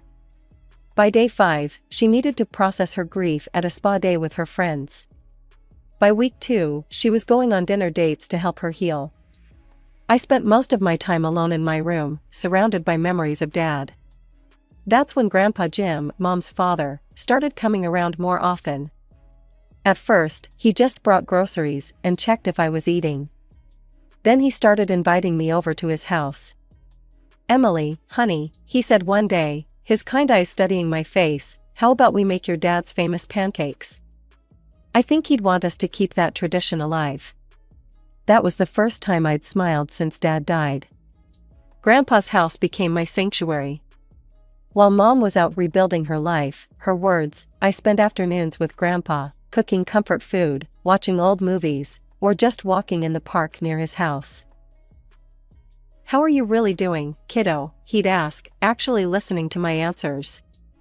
"What's on your mind today? Any plans for the weekend?" It was strange how my mother's father could be so different from her. He actually cared about my answers, remembered the names of my friends, and knew what was going on in my life. We'd spend hours in his kitchen, trying out new recipes or just talking about Dad. For the first few months after Dad's death, Mom seemed perfectly happy with our new arrangement. While I spent my time at Grandpa's house, she was free to pursue her social life without any guilt or interruption. That is, until people started talking. I overheard Mrs. Peterson from next door one day. "It's so sad," she was telling another neighbor. "That poor girl practically lives at her grandfather's house now. Helen's never home, always out with some new man." What kind of mother? That's when things changed. Mom suddenly started paying attention to where I was going and, more importantly, who knew about it. "You can't keep running to your grandfather's house every day," she snapped one evening when I was putting on my shoes to leave. "What will people think? That I can't take care of my own daughter?" I couldn't help but laugh. "But you don't take care of me, Mom. You never have." Her face turned red. "I am your mother. I've done everything for you." "Name one thing," I challenged her. "One single thing you've done for me since Dad died." She couldn't answer, of course. Instead, she banned me from visiting Grandpa, saying I needed to spend more quality time at home. Quality time apparently meant sitting alone in an empty house while she went on dates with her latest prospects. I told Grandpa about Mom's new rule during one of my band visits. He just shook his head and sighed. "Your mother," he said, choosing his words carefully, "has always been focused on what others think of her. Not on what's real." He patted my hand. "Don't worry about her rules, Emily. You're always welcome here." Then one day, during my senior year, Mom came home practically bouncing with excitement. "I've met someone," she announced over dinner, which was rare enough to be noteworthy. "His name is George." I barely looked up from my plate. I'd heard this before, at least 5 times in the past 2 years. There was Richard the lawyer, too boring, Michael the doctor, too busy, James the business owner, too focused on work, and several others whose names I hadn't bothered to remember. "He's different," Mom insisted, noticing my lack of enthusiasm. "He's established, mature." When I finally met George, I had to bite back a laugh. He was everything Mom had always said she couldn't stand in a man: short, overweight, and at least 15 years older than her. This was the same woman who had once broken up with a guy because he was only 5 feet 11 inches. "Isn't he wonderful?" Mom gushed after he left that first night. I studied her face, trying to understand what game she was playing now. The George I'd just met was pleasant enough, but he was the complete opposite of Mom's usual type. She'd always gone for tall, athletic men who looked like they belonged on magazine covers. The kind of men who matched her carefully cultivated image. Over the next few months, I witnessed something I'd never seen before, my mother trying to actually act like a mother. The transformation was both fascinating and disturbing to watch. "Emily, sweetheart," she'd call out when George was visiting, "would you like to join us for dinner?" The first time she did this, I nearly choked on my water. In the past, whenever Mom had boyfriends over, my role was to become invisible. "Stay in your room," or "why don't you go to a friend's house," were her usual instructions. But with George, everything was different. She'd suddenly become this picture-perfect mom, asking about my day at school, pretending to help me with college applications, even making my favorite meals, or rather, ordering them from restaurants and presenting them as homemade. "Isn't it wonderful how close Emily and I are?" she'd tell George, while wrapping an arm around my shoulders. I'd have to fight the urge to shake it off, knowing this was all just another one of her performances. One evening, she actually pulled me aside before George and his family arrived. "Emily, please, act like we're close. Like we have a good relationship. Can you do that for me?" I played along, mostly out of curiosity to see how far she'd take this charade. And she took it far, all the way to my graduation day. She showed up with George and his family, wearing a tasteful designer dress and the proud smile of a mother who'd been there every step of the way. She even brought flowers and tears and hugged me in front of everyone. "My beautiful, brilliant daughter," she gushed, making sure George and his family could hear. "I'm so proud of everything you've accomplished." The day after graduation, though, the mask came off. She waited until George had left for a business trip, then called me into the living room for a talk. "Emily," she said, her voice no longer holding any of the warmth she'd displayed at graduation. "You're 18 now, and it's time for you to move out." I stared at her, thinking I must have misheard. "What?" "I'm tired of playing mother," she continued, examining her manicured nails. "You're an adult now. You need to learn to stand on your own 2 feet. I put up with you for 18 years. That's enough. I want you out of the house by tomorrow." I sat there, shocked by the sudden shift, but not entirely surprised. This was the real woman behind the mask, the one I'd known all my life. Without another word, I went upstairs and started packing. Years of living with her had taught me to expect nothing, so I'd always kept my important things ready to go. Within hours, I had everything I needed in a few bags and boxes. Grandpa opened his door before I even knocked, one look at my face telling him everything he needed to know. "Your room is ready," was all he said, helping me carry my bags inside. He didn't need to ask what had happened. He knew his daughter too well. Living with Grandpa felt like finally being able to breathe after years of holding my breath. The day after I moved in, he sat me down at his kitchen table. "Emily," he said, sliding an envelope across to me. "I want you to go to college." Inside the envelope was enough money for 4 years of tuition. When I tried to protest, he held up his hand. "Your father would have wanted this," he said firmly. "And I want this. End of discussion." So I enrolled in college, determined to make both him and Dad proud. But I couldn't just sit back and let Grandpa handle everything. Despite his comfortable retirement and generous savings, it didn't feel right to depend on him completely. That's why I picked up a job as a waitress at the Silver Spoon Cafe near campus. "You don't need to work, sweetheart," Grandpa would say whenever he saw me coming home tired from a late shift. "I know," I'd reply, "but I want to." The cafe job wasn't glamorous, but it gave me enough money for books, supplies, and most importantly, little gifts for Grandpa. Nothing expensive, a new coffee mug with a silly saying, a vintage record I'd find at a thrift store, his favorite cookies from the bakery across town. His face would light up every time, not because of the gifts themselves, but because he knew they came from my own earnings. Life fell into a comfortable routine. Classes during the day, work in the evenings, weekends with Grandpa.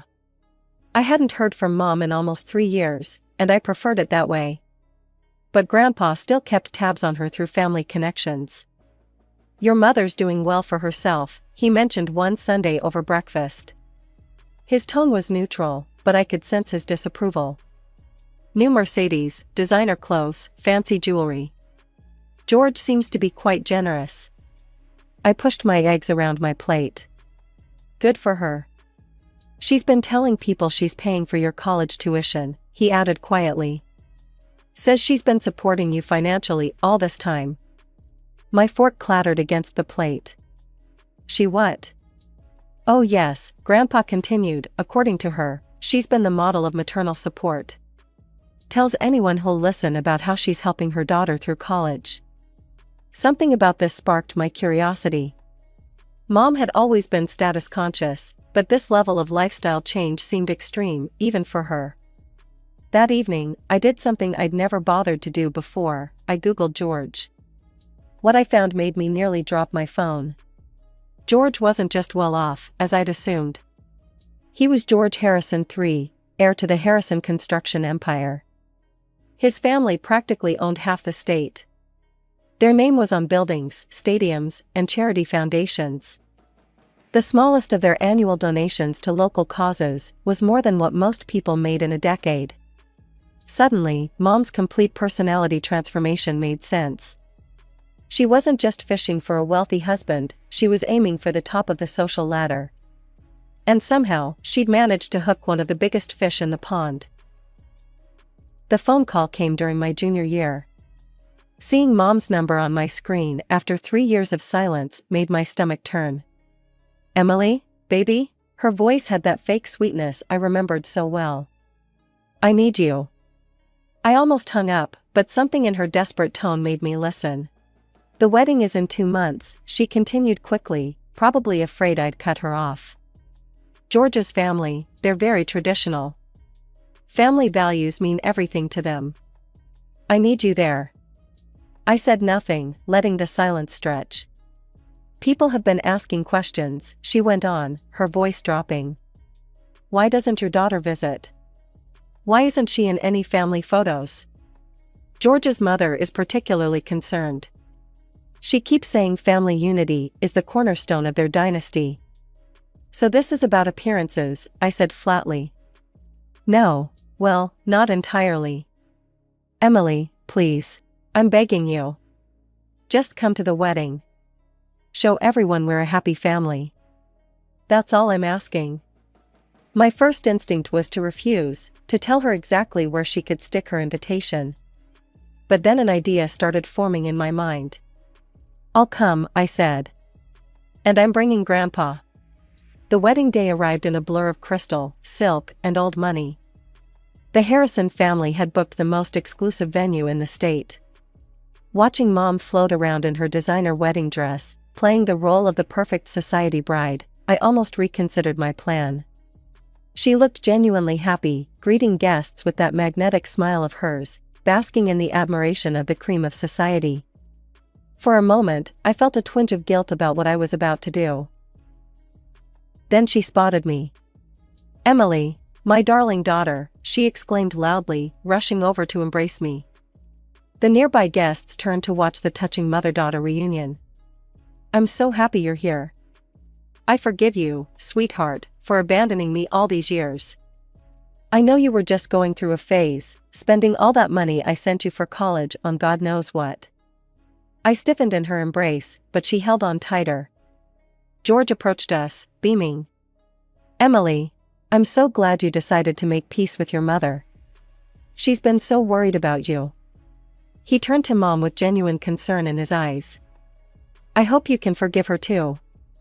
Parents and children sometimes struggle to understand each other."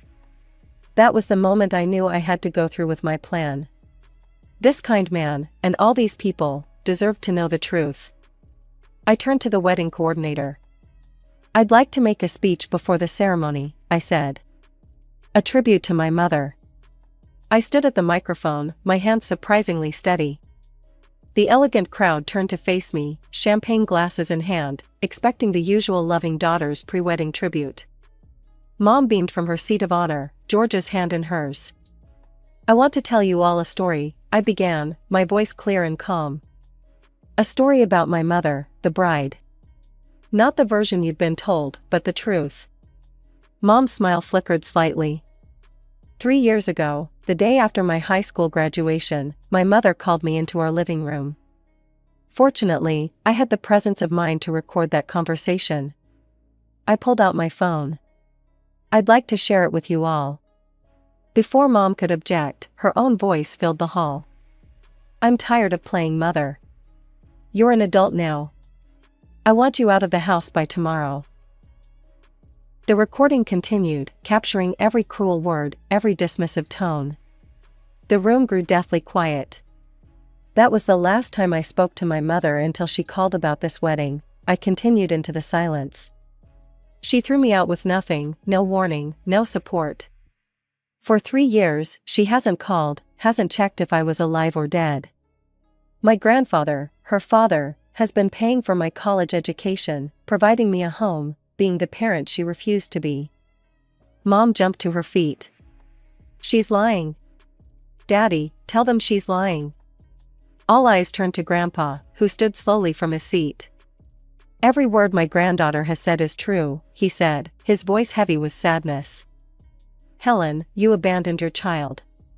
Just as you neglected her entire life, even when her father was alive." The great hall erupted in whispers. George's mother, a dignified woman in pearls, looked like she might faint. His father's face had turned to stone. "Is this true?" George asked Mom, his voice shaking. "Did you throw your own daughter out? Abandon her?" Mom's carefully constructed facade cracked. "I can explain." "There's nothing to explain," George cut her off, standing up. His face had transformed from confusion to disgust. "You're not the woman I thought you were. You're not the woman I could ever marry." "George, please," Mom pleaded, mascara running down her cheeks, real tears this time. "She's lying. They're both lying."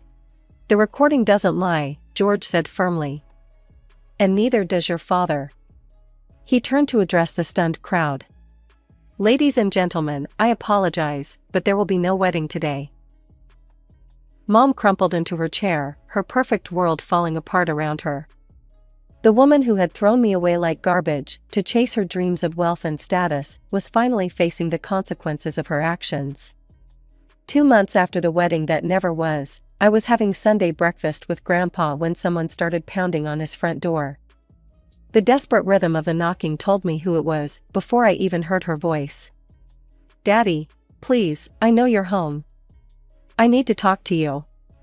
Grandpa and I exchanged looks across the table. He nodded slowly, and I stayed in my seat as he went to open the door. Mom burst in, designer clothes wrinkled, makeup smeared, looking nothing like the polished socialite she'd been at the failed wedding. She stopped short when she saw me, but quickly recovered, probably deciding my presence might help her case. "Daddy, I'm desperate," she began, tears already flowing. "This is all your fault, yours and Emily's. You've ruined everything." I watched her silently, stirring my coffee. The woman who'd thrown me out of my home was now standing here, playing victim once again. "I took out a loan against the house for the wedding," she continued, pacing the kitchen. "The flowers, the venue, the dress, everything was perfect. I thought once I married George, he'd help me pay it off. But now," she choked back a sob, "the bank is foreclosing. I have nowhere to go." "And this is our fault, how exactly?" Grandpa asked quietly. "If you hadn't let Emily tell those lies." "They weren't lies," I interrupted, speaking for the first time. "Every word was true. There's no point trying to deny it now." She whirled on me. "You could have waited until after the wedding. One more day, that's all I needed. One more day and everything would have been perfect." "Perfect for who, Mom?" "For you?" While you continued to lie to everyone about being this amazing mother who supported her daughter through college? I was going to make it right, she screamed. Once I married George, I would have had the money to actually pay for your college. I could have made all the lies true. Grandpa's laugh was bitter. Listen to yourself, Helen. You're not sorry for what you did to Emily. You're only sorry you got caught. Daddy, please, she switched tactics, moving closer to him. I need help, just a loan to tide me over. I'll pay you back, I promise. I just need enough to keep the house. No, you're not getting any money from me. Not after what you did to Emily. Not after how you've lived your life. Mom's face contorted with rage. Fine, keep playing happy family with her. I hope you're both happy with what you've done to me. She stormed out, slamming the door so hard the windows rattled. That was the last time I saw her, though we heard about her through the grapevine. She lost the house, as expected. Last I heard, she was working as a receptionist at a small real estate office, living in a tiny apartment, all her designer clothes and jewelry sold to pay debts. As for me, I graduated college last month, with honors. My first paycheck from my new job at an accounting firm went toward buying Grandpa a gorgeous vintage watch he'd been eyeing. His eyes got misty when I gave it to him. I'm saving up now for my own apartment, something close to work. Grandpa insists I can stay with him as long as I want, but I think it's time for me to stand on my own feet, my choice this time, not because someone is forcing me out. Sometimes I think about Mom, about how different things could have been if she'd just been capable of loving someone other than herself. But I've learned that you can't make someone love you, can't make them be the parent you need them to be. All you can do is cherish the people who do love you, who choose to be there for you.